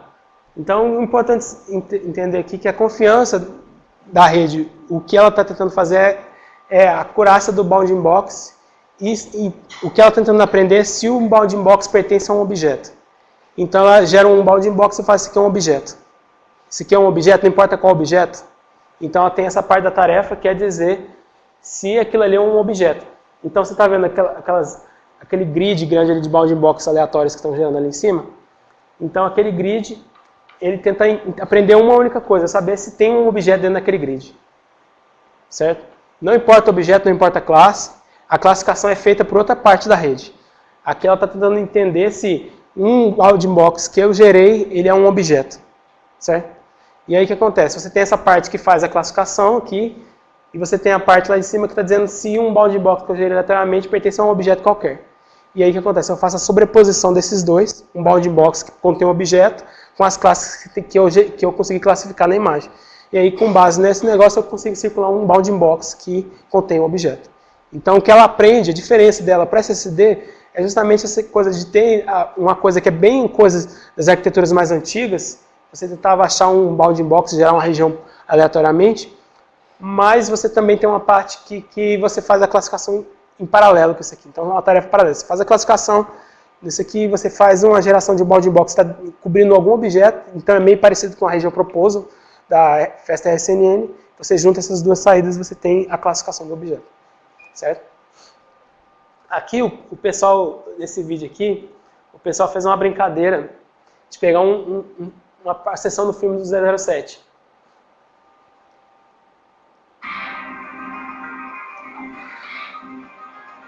Não esperava o som. Tá travando o computador. Saiu tudo. Então, o que vocês conseguem enxergar desse aqui? Olha o tanto que a forma do bounding box muda para um frame que movimentou pouco. Imagina isso aqui em tempo real, aquela cena que a mulher estava falando no telefone, ela estava passando devagarzinho, certo? E mesmo assim, naquela devagarzinha, a Bounding Box movimentou bastante. O que acontece? Você ainda consegue funcionar, pegar o objeto, mas muito, você viu a sobreposição dos objetos? Ela não leva em conta a sobreposição. No caso lá da SSD, lembra que eu comentei que no final ela tinha no Max Suppression, que ela descartava algumas Bounding Box? A YOLO não faz isso. Pelo menos até a versão 9000 ou V2, certo? Então o que acontece? Muitas vezes você tinha um objeto que tinha 2 Bounding Box dentro do mesmo objeto, certo? E isso influencia bastante na acurácia, certo? Você tem 2 objetos em cima do mesmo objeto, um é bem pequeno e o outro maior. E aí esses dois influenciam no erro no final das contas. Uhum. E aí é interessante você olhar, ela consegue pegar o celular, a pessoa falando no celular, consegue pegar pessoas, consegue pegar, ele está dizendo ali, aquele verde ali é cadeira, que é o banco do carro, certo? Então para muitas aplicações específicas, por exemplo, para veículos, você vai conseguir fazer muita coisa, certo? Mas aí o que acontece? A YOLO, a diferença no resultado, ela é interessante para objetos que estão longe. Ela funciona bem com esse tipo de objeto. E aqui é a comparação dessas arquiteturas que eu mostrei aqui. As 4 principais aqui que eu falei ao longo do tempo era a FastRSNN, só que ela não roda em tempo real, ela está aqui para mostrar um ponto que ela estava, mas as 3 principais que se utilizam são a FastRSNN, SSD e YOLO. Certo? FastRSNN, aquela que está mais em cima.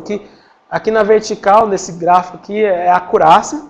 Quanto mais para cima, mais acurado. E aqui é a maior velocidade. Então você vê que a YOLO está bem distante em velocidade. Então, como eu coloquei lá em alguns exemplos, ela consegue rodar em 90 FPS. 90 frames por segundo processado dá a resposta de 90 frames dentro de um segundo. Então ela consegue rodar muito bem. Só que acontece, a acurácia dela está bem próxima ali também da FastRSNN, que era uma arquitetura um pouco mais antiga. Então, você vai olhar o que eu estava falando do SSD. Você tem ali uma troca ali, você tem velocidade maior que a FastRSNN, ali que você ainda consegue rodar em tempo real, né? Não muitos frames dentro do mesmo segundo, mas a acurácia dela está próxima da FastRSNN. Sim. Se o tempo não foi tanto importante para você, você precisar realmente da acurácia, do que o objeto seja bem centrado, a FastRSNN vai funcionar muito bem. Certo? E esse gráfico aqui, ele é interessante, por quê? O que está escrito aqui na classe, para quem está mais longe, aqui mais à esquerda é small objects, objetos pequenos. E aí mostra a acurácia de cada uma dessas redes para objetos pequenos. Então, para objetos pequenos, a YOLO, a SSD e a FastRSNN não são tão boas, mas de todas, a SSD e a FastRSNN são acima da YOLO, certo? Quando você tem objetos médios, a acurácia da FastRSNN começa a destacar. E também objetos grandes, ela também vai muito bem. Então, elas funcionam muito bem em acurácia em objetos de tamanho diferente, provavelmente a FastRSNN, certo? Elas têm um resultado bem parecido. Então, dependendo da aplicação, por exemplo, um objeto está muito próximo, a YOLO e a FastRSNN vai funcionar muito bem. Objetos estão muito longe, a SSD não funciona tão bem. Aquilo que eu falei. O forte da SSD não é tão considerar os objetos tão mais distantes, mas os objetos mais próximos. Certo? E essa é a principal diferença entre eles. Esse vídeo aqui, ele tem 30 minutos, então não vou mostrar tudo. Lá em cima ele tem a YOLO V2 treinada no dataset do Coco. Aqui é a YOLO 9000. Aqui embaixo é a SSD treinada no MobileNet, então a acurácia dela é bem mais baixa, mas ela consegue rodar em aplicações embarcadas com o computador. E aqui é a FastRSNN. Então o que acontece? Você vê a YOLO, ela varia muito. A FastRSNN é bem mais estável, os bounding box. Então você está olhando a pessoa andando aqui, o bounding box move pouco. Mas você vê a YOLO aqui, fica piscando os bounding box, certo? Porque a acurácia caiu muito, certo? Nesses casos. Então o objetivo aqui é só você ver o tanto que varia, no caso lá, a SSD, você está vendo o objeto está mais longe? Aqui, ó. SSD é essa aqui. O objeto está mais longe, você vê como é que varia? Objetos longe não trabalham tão bem. Mas os carros que estão mais próximos, bem estáveis. Certo? Exatamente. Então, às vezes, quando você vai escolher uma arquitetura, você tem que considerar também esse tipo de coisa. Está pegando um objeto que está mais longe, um objeto que está mais perto. A arquitetura influencia nesse tipo de coisa, certo?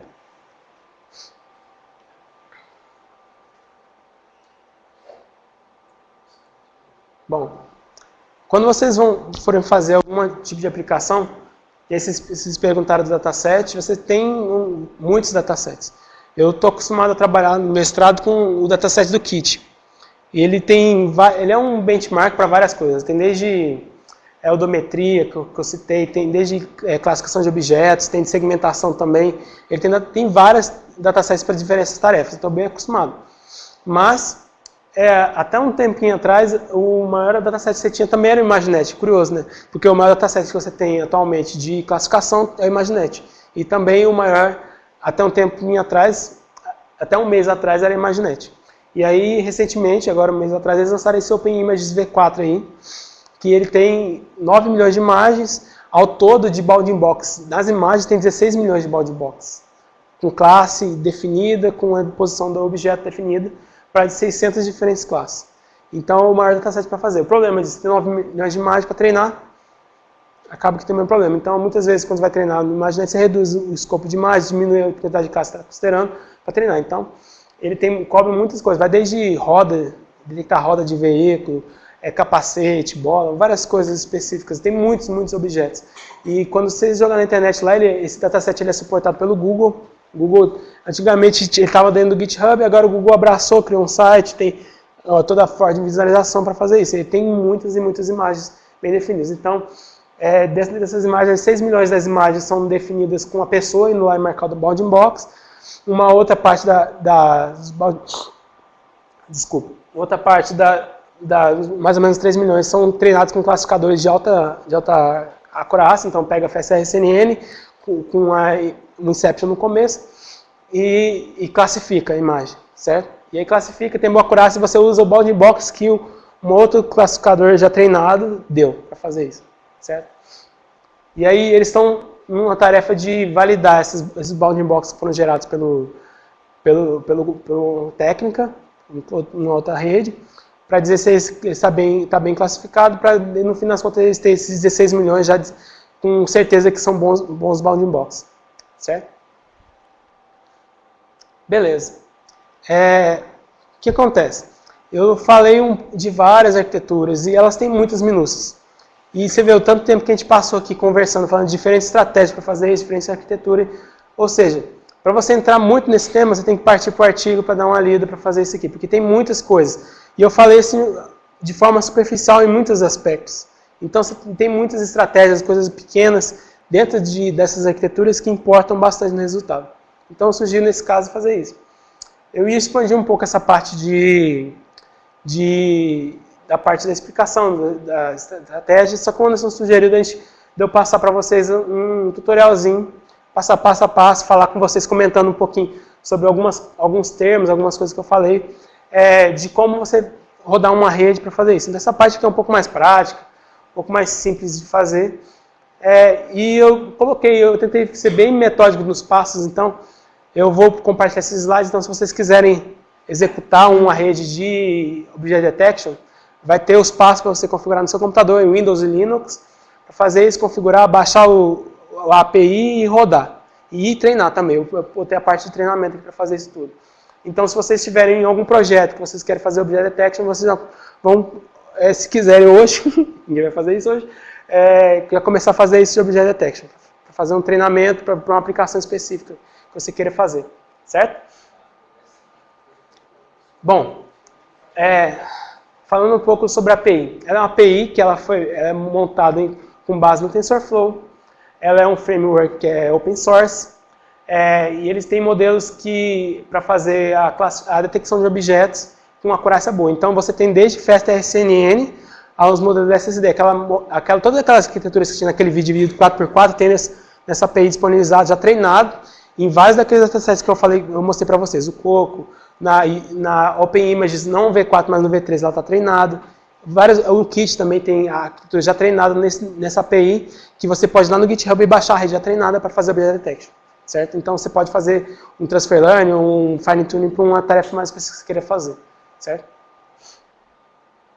Bom, aqui tem alguns passos, eu apertei para o Anderson, o que eu falo? Faça o máximo que você puder de passos para fazer isso. Então, se vocês seguirem o que está aqui, vocês vão conseguir configurar o computador de vocês para rodar isso aqui e também rodar algum modelo já pronto e treinar o modelo que vocês já têm, que vocês queiram fazer para alguma outra aplicação que você tem imagem. Às vezes, você pegou seu celular e tirou algumas fotos específicas de alguma coisa, ou você tem uma imagem de uma câmera, ou você entrou no Google, editou bola e baixou todas as imagens que tinha naquela página do Google Images, por exemplo, mas elas não têm a Bounding Box. Então aqui eu vou apresentar uma ferramenta de anotar os dados, de anotar o Bounding Box, com a forma de treinamento e tudo que você precisa saber para fazer isso rodar, certo? Bom, para você fazer isso aqui, você tem um TensorFlow GPU instalado. Não sei se todo mundo aqui já tem a GPU já configurada no computador, se tiver vai ser uma coisa bem mais simples. E aí no caso, eu sugiro aqui a gente usar o CUDA Toolkit 9.2 e o CUDNN 7.14 em Anaconda. Aqui tem algumas minúcias específicas do porquê eu falar para vocês atualizarem. Eu no meu computador até algumas semanas atrás, eu utilizava o CUDA 8.0. E eu utilizava porque quando eu comecei a mexer com Deep Learning, 1 ano e meio atrás, era o que estava lá, fui, instalei, deixei lá e nem mexi. E aí saiu um artigo recentemente falando que quando você passa do CUDA 9.0 para o 9.2, a sua inferência, o treinamento é 37% mais rápido que as versões anteriores. E a versão anterior é de 0.2, uma para outra é uma coisa bem recente. E de uma versão 9.2 para 9.0 aumentou de 7% a 12%. Ou seja, de uma reversão muito próxima é muito melhor, certo? Então, se você tem um computador que já está configurado, tudinho certinho, eu sei que vai dar um pouquinho de trabalho, mas eu sugiro de passar para uma versão mais nova do CUDA, certo? E usar o Anaconda para fazer isso. Bom, aqui tem alguns passos que vocês podem fazer, e aí o que acontece? Se você, algumas coisas são mais específicas, eu sugiro que vocês criem um ambiente específico só para você trabalhar com Object Detection, que, não sei se vocês sabem, mas as diferentes versões do CUDA e do seu DNN, eles podem conviver muito bem. É só você setar as variáveis de ambiente corretamente para fazer isso, certo? Você cria um ambiente, você instala o GPU, e aqui o importante que você precisa disso aqui é o protobuf e o LXML. Por quê? Em muitos datasets que você tem, por exemplo, o Coco, que é um dos que é mais citados anteriormente, você tem, a forma de anotação dele não é um TXT, que tem, como eu falei aqui, a saída XY, largura e altura. Ele é um XML, com vários parâmetros específicos lá, e muitos datasets seguiram esse padrão, certo? Então, tem algumas ferramentas que você precisa pôr precisamente para fazer conversão. Então, falando especificamente o que você faria, você criar um diretório no seu computador, e você baixar essa pastazinha aqui do Models do TensorFlow.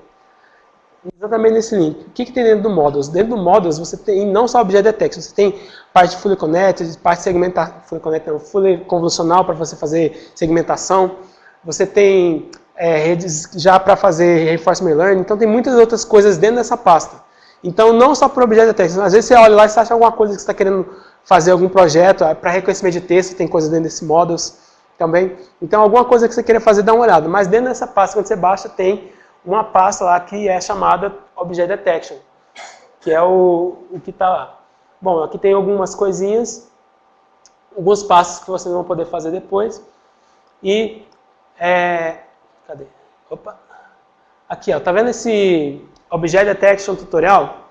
Ele é um Jupyter Notebook que ele vai pegar uma rede já treinada, que você consegue baixar de dentro desse repositório do Object Detection, que está no GitHub, várias e várias arquiteturas diferentes já treinadas, o peso já que você consegue rodar uma rede já específica. Então, esse Jupyter Notebook aqui, ele é bem simplesinho para você fazer, você tem que mudar umas variáveis dentro dele para você mudar de uma rede para outra e fazer inferências já. Não aqui para treinar já alguma coisa, mas você pegar uma imagem que você tem, eu quero usar uma rede já treinada lá. Dentro desse aqui vai ter todos os passos para você rodar um códigozinho bem intuitivo para você rodar alguma das redes que já estejam treinadas, certo? Beleza. Bom, aqui é importante que vocês saberem que dentro dessa pasta do TensorFlow tem outra partezinha aqui que chama Detection Model Zoom.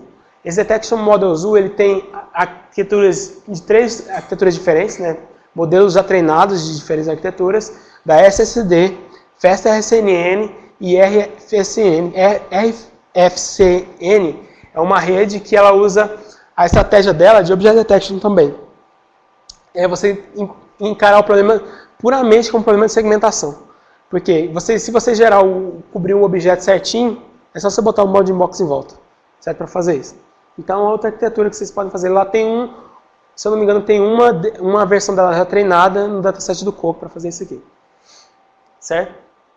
Aqui, bom, Coco é o dataset que o pessoal mais fazia coisas anteriormente, que ele é um dos mais simples que você tinha. Então, até muito do padrão de anotação de muitos desses datasets seguiu o padrão do Coco para fazer isso.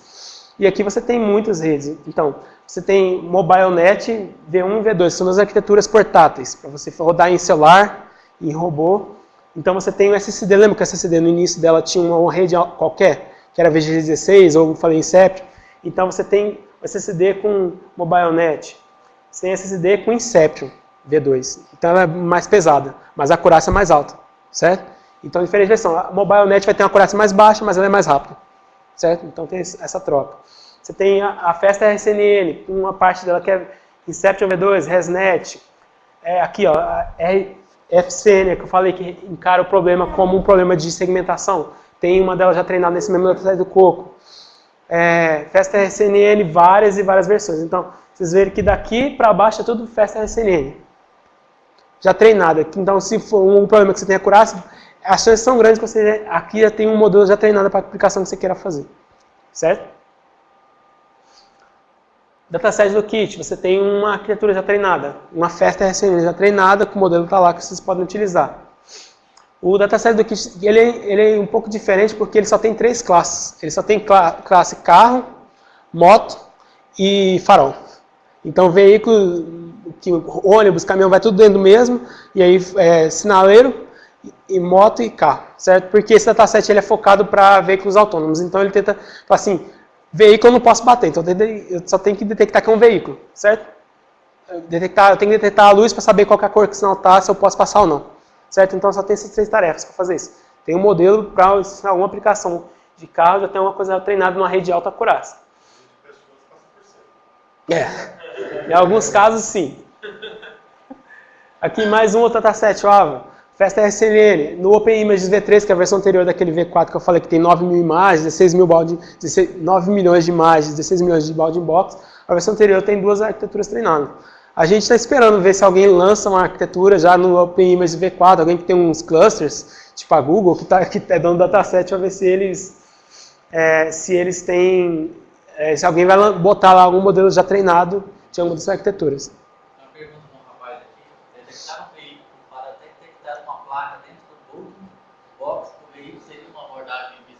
Sim, sim. Eu já participei de um projeto que era para reconhecimento de placas. Inclusive, o mais interessante dele é que uma forma de resolver esse problema especificamente é totalmente com o Object Detection. Então, você imagina que você tem... Deixa eu ver qual que é o melhorzão. Então, imagina que você tem aqui um veículo. Janela, placa, roda. Eu sou ruim para desenhar, ignora. Então, você imagina que você tem esse veículo aqui, de frente. Qual que seriam os passos para você detectar uma placa que está aqui com um número aqui? O que vocês sugeririam fazer? Vamos pegar um Object Detection, por exemplo, treinado no kit. Vou achar primeiro o veículo, certo? Aí eu tenho uma imagem que tem só um veículo. Eu vou pegar essa imagem e vou treinar uma rede para reconhecer placa. E aí eu vou ter uma imagem que tem só a placa, com os números aqui e os caracteres. E aí depois eu vou recortar a placa, e aí agora eu tenho aqui a imagem XYZ213.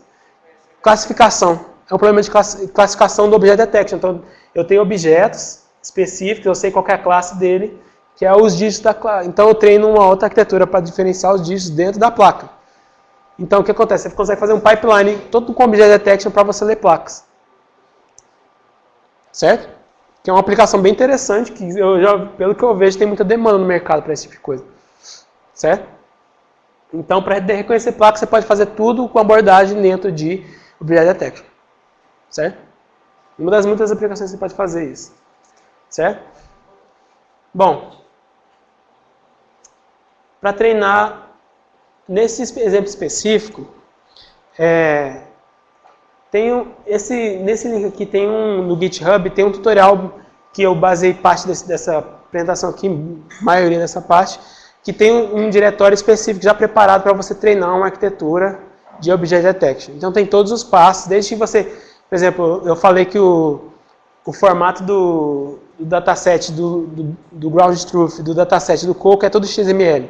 Então nesse GitHub aqui você consegue entrar e baixar, já tem o código para converter de XML para CSV, que é o padrão da API do TensorFlow, o resultado ser todo em CSV, certo? Para fazer isso. Então nesse link aqui você vai achar isso. Então dentro desse link aqui tem aquele Hello World, assim, vou treinar meu primeiro classificador. E o interessante, você consegue, sabe todas essas arquiteturas que eu mostrei que tem lá? Você consegue treinar todas elas para um problema específico que você vai fazer se você seguir os passos que estão aqui. Então, nesse exemplo aqui específico, o que o cara está fazendo é detectar a carta de baralho. Então, ele vai dizer exatamente qual é a carta, dizer a posição dela, certo? Então, qual é o dataset dele? Ele entrou lá no Google e pegou uma quantidade de imagens de cartas, certo? E ele vai fazer exatamente isso. Beleza. Quando você está trabalhando com esse tipo de problema, muitas vezes você já tem dataset que já está todo organizadinho. Então você já tem dataset que já tem muitas classes já bem definidas, o bounding box é bem definido, mas imagina que você vai entrar na página lá de cada uma dessas arquiteturas, de cada um desses datasets, e você vai ver assim, poxa, a classe que eu queria não tem. Por exemplo, se eu for achar roda de veículo, só no OpenImages tem essa classe. E no OpenImages V3 ele tem 120 de alguma coisa imagens de classe roda. Ou seja, a quantidade é bem pequena para fazer esse tipo de coisa. O V4 já tem, tipo, muita mesmo. Imagens dessas classes. É tipo 30 mil imagens de cada classe.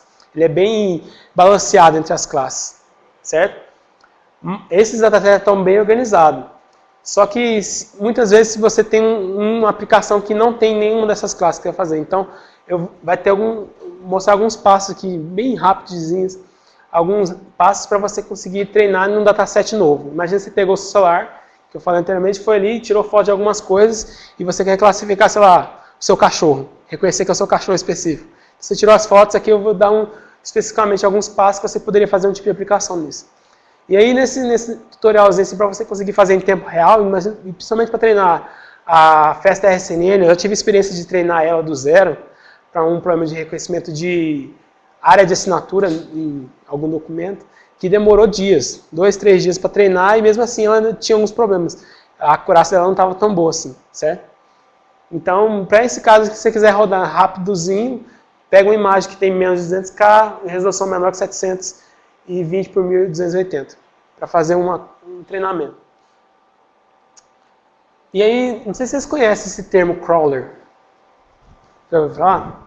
Crawler. O que acontece? O crawler é o que eu estava brincando lá, eu falei assim com vocês. Imagina que você quer uma classe, eu quero fazer treinamento, eu quero pegar um dataset. Então eu vou lá pesquisar bola, que às vezes não tem nenhum desses datasets. Então tem alguns scriptzinhos que você instala a extensão no navegador, você vai lá no Google Images e você digita bola e vai aparecer aquela página gigante de imagens, certo? O que acontece? O crawler, nessa extensão, ele vai pegar todas as imagens que tem numa mesma página e vai baixar. Fazer download de todos esses negócios. Para quê? Para eu montar o meu dataset. Sem especificamente eu ficar lá procurando ver se alguém tem, ou às vezes eu no Google Images você tem algumas coisas que eu vou fazer. Só que qual que é o problema de você fazer isso?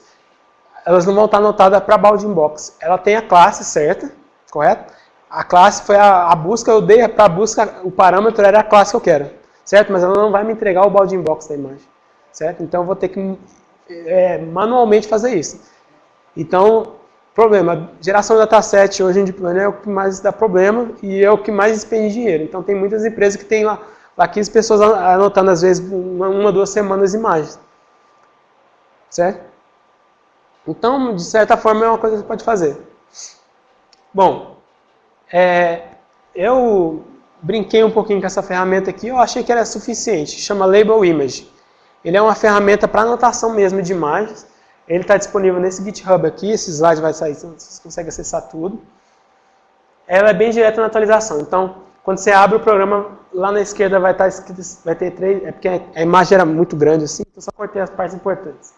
Então você consegue ler uma imagem, ler um diretório inteiro, ele vai pegar todas as imagens e botar dentro do programa, certo?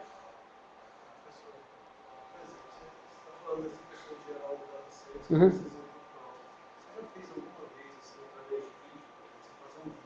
Uhum. Por exemplo, o cachorro. Uhum. Você tem um cachorro, você quer gerar um livro que é cachorro, né? Uhum. Você faz um vídeo lá, depois quebra isso aí em frame, sim. Usa esses frames para treinar. Por exemplo, pega outros sim. para poder ser um não cachorro. Uhum. Sim. Para você, se você for fazer isso, acaba que dá para você fazer, só que você não vai ter de toda forma um bounding box, mas é uma boa estratégia. Então, muitas vezes, quando o pessoal às vezes vai montar um dataset, por exemplo, para você está andando na cidade, e você, por exemplo, o kit é desse jeito. O kit são 56 quilômetros de trânsito que o pessoal botou uma câmera em cima de um carro e ficou andando com o carro para cima e para baixo. Então, o dataset foi gerado em cima de um vídeo, certo? Então, às vezes, se você quer gerar datasets dentro de uma, por exemplo, reconhecer a mesma pessoa, você pode pegar um vídeo da pessoa, vai ter vários frames e corta e separa isso como imagem, certo? Então, para muitas aplicações dá para você pegar o vídeo e pegar as imagens, porque as imagens estão comprimidas, mas são uma sequência de vídeos. Simplesmente o vídeo é a sequência de imagens com áudio, certo? Então, você pode fazer isso também. Para gerar o dataset, se você quiser seguir a mesma classe, uma classe específica, certo?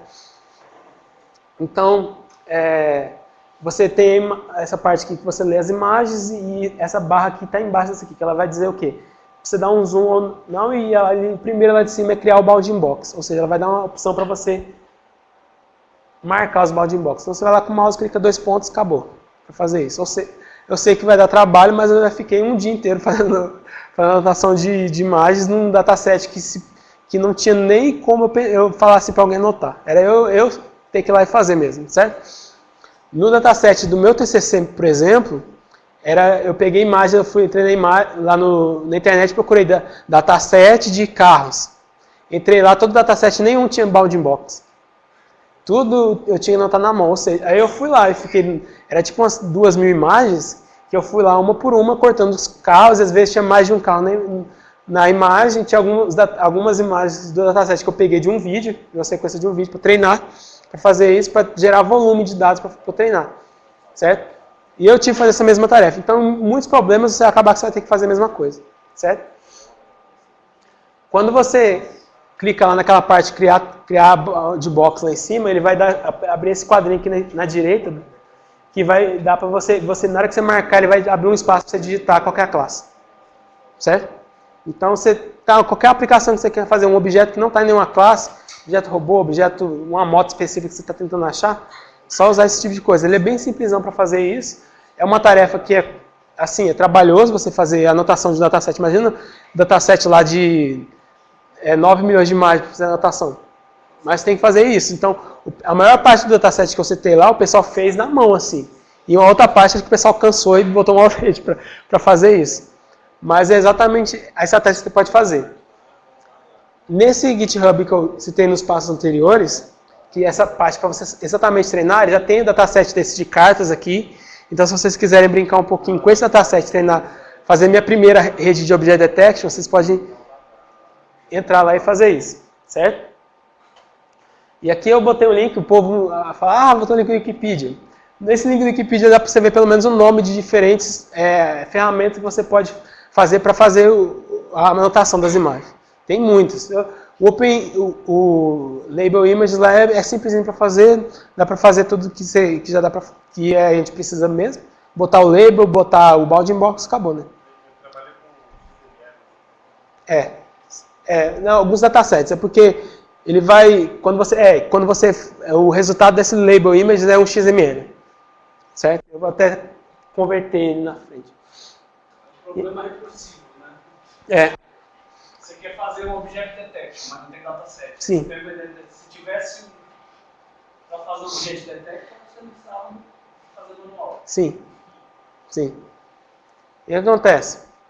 Aí, caso você queira treinar nas imagens que você pegou lá sem anotação, fez um crawler, você tirou as próprias fotos do celular com câmera, sei lá, alguma coisa, pega as imagens, faz aquela coisa básicazinha, divide um conjunto de treinamento e teste, 20, 30, 3070, 2080 para fazer isso, e cria um diretório e põe essas imagens. E aí o que acontece? Ele tem esse arquivo aqui, ó, XML to CSV, que ele já faz a conversão do padrão da notação do negócio. Então ele vai converter o padrão que o label image, aquele ferramenta que eu mostrei para vocês, ele vai converter da saída dele para o CSV. Também só para você treinar esse problema. Nesse caso específico da API, você consegue modificar o código para fazer isso. Mas assim, a ideia da API foi exatamente fazer um modelo simplesão que você segue a mesma receita de bolo para todos e você já treina rapidamente, certo? Você não precisa tanto ficar mexendo na arquitetura, porque já está tudo pronto, você não precisa ficar mexendo em outras coisas. É simplesmente você tratar os dados de entrada, organizar certinho e treinar, certo? Não é pensar tanto na arquitetura, porque já é algo que está pronto, certo? Aqui ele gera as imagens, lá. E aqui é uma coisa interessante. A maioria desses datasets que você vai ver, o Coco, o do Kit, alguns deles têm uma forma de anotação diferente, um padrão de anotação diferente. E aí, para você, aquele arquivo que eu falei lá, instala protobuf lá, ele é justamente algumas coisinhas, algumas ferramentas para você lidar com diferentes tipos de anotação, certo? Então, quando você vai lá, dentro da pasta lá que você baixa, assim, a gente foi passando, mas se for seguindo passo a passo, vai ter um arquivo lá, dentro daquela pasta chamada Generate Step Record, que ele vai ter o Label Map. O Label Map é justamente, lembra quando você faz One Hot Encoding? Você tem uma classe que é numérica, sequencial de 1, 2, 3, 4, você converte para binário, certo? Os passos você for ver quando você vai fazer um Hot Encoding é sempre os mesmos. Você tem uma classe, às vezes, que tem um label, que é um nome. Aqui, por exemplo, do programa de classificação de cartas.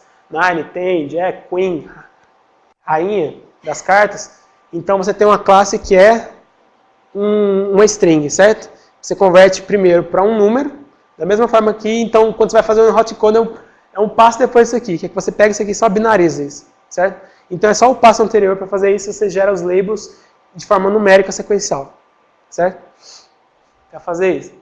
E aí, se você, por exemplo, lá no tutorial, ele vai dar um exemplo assim, se você quiser fazer outra coisa, bola de basquete, camiseta, sapato, é só você mudar esse arquivo para as classes que você quer utilizar. Então, é a mesma coisa, a mesma receita de bolo sempre. Você vai lá, modifica o arquivo, põe suas labels e treina. Certo? Beleza? Você roda esses códigos aqui, ele vai gerar um arquivo que vai conter os labels já todos definidos, já convertidos nos padrões. Se seguindo na sequência, vai ter isso aqui.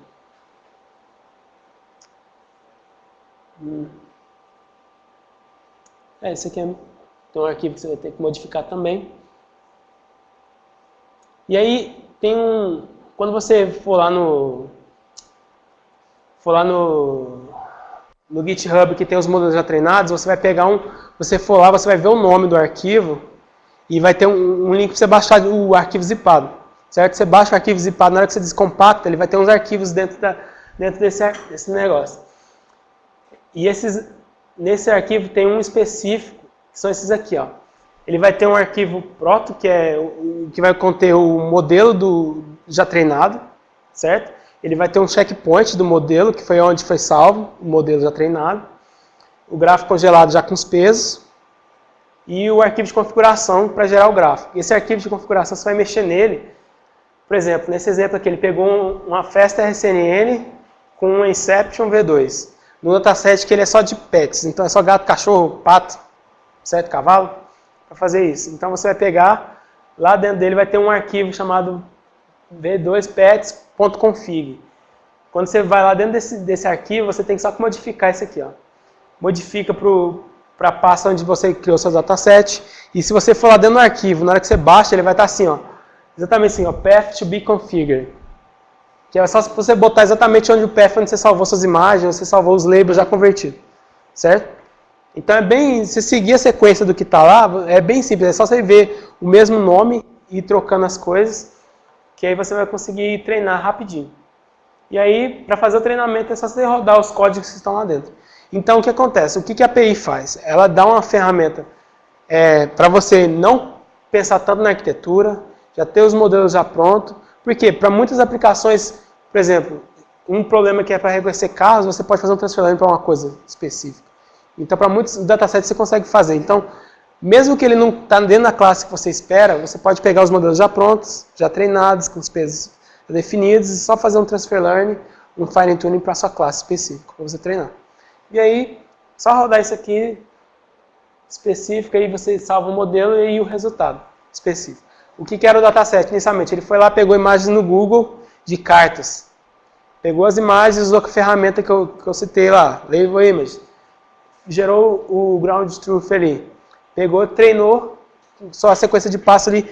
É porque tinha muita coisa, mas se você for seguir os slides, vocês vão conseguir fazer tudo isso aqui. Certo? E aí o que acontece? Ele pegou lá a Fast RCN Inception V2.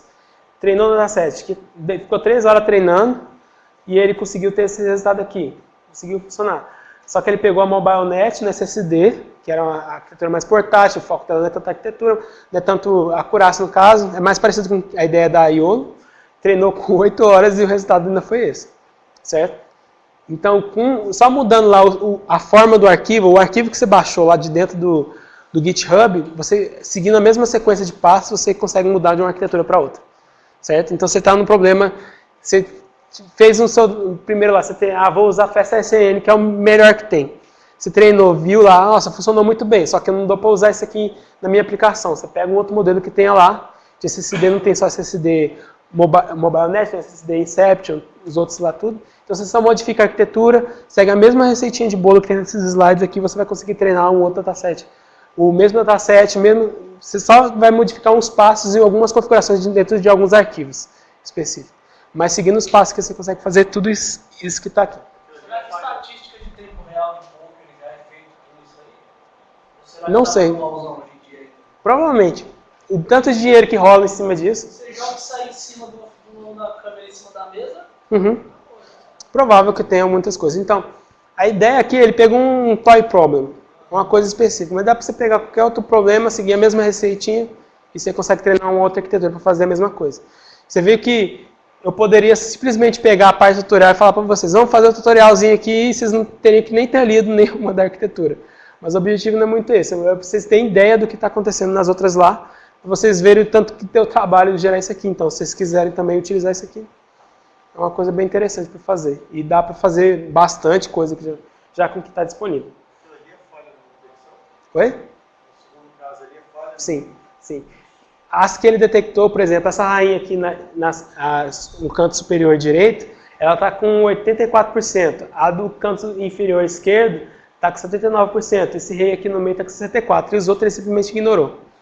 Ou seja, o threshold que você considera que é o SSD, você definiu um threshold de quando você vai desconsiderar. Lembra no Max Suppression, você diz o quanto que ele vai considerar e o resto você descarta? Então é exatamente isso aqui. Você botou para descartar, ele descartou o resto, porque era lixo. E mesmo que ele conseguiu classificar, ainda a acurácia não era muito alta. Certo?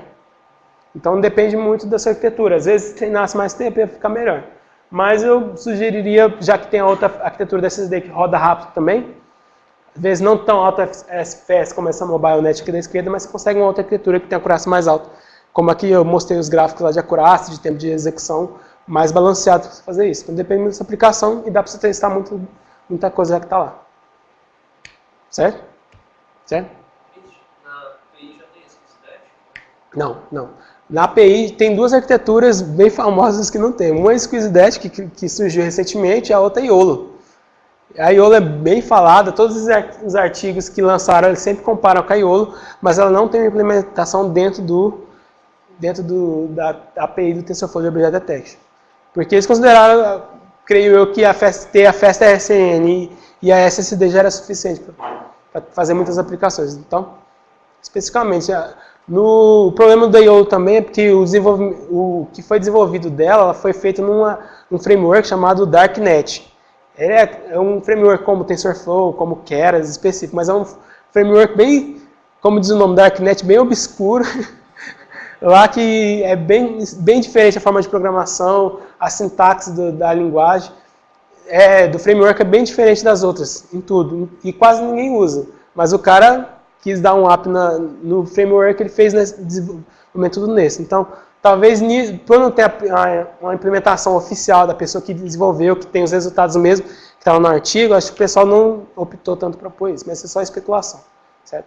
Mas a Festa SN e a SSD tem lá, e de várias e várias arquiteturas já treinadas e diferentes datasets para essas aplicações. Certo?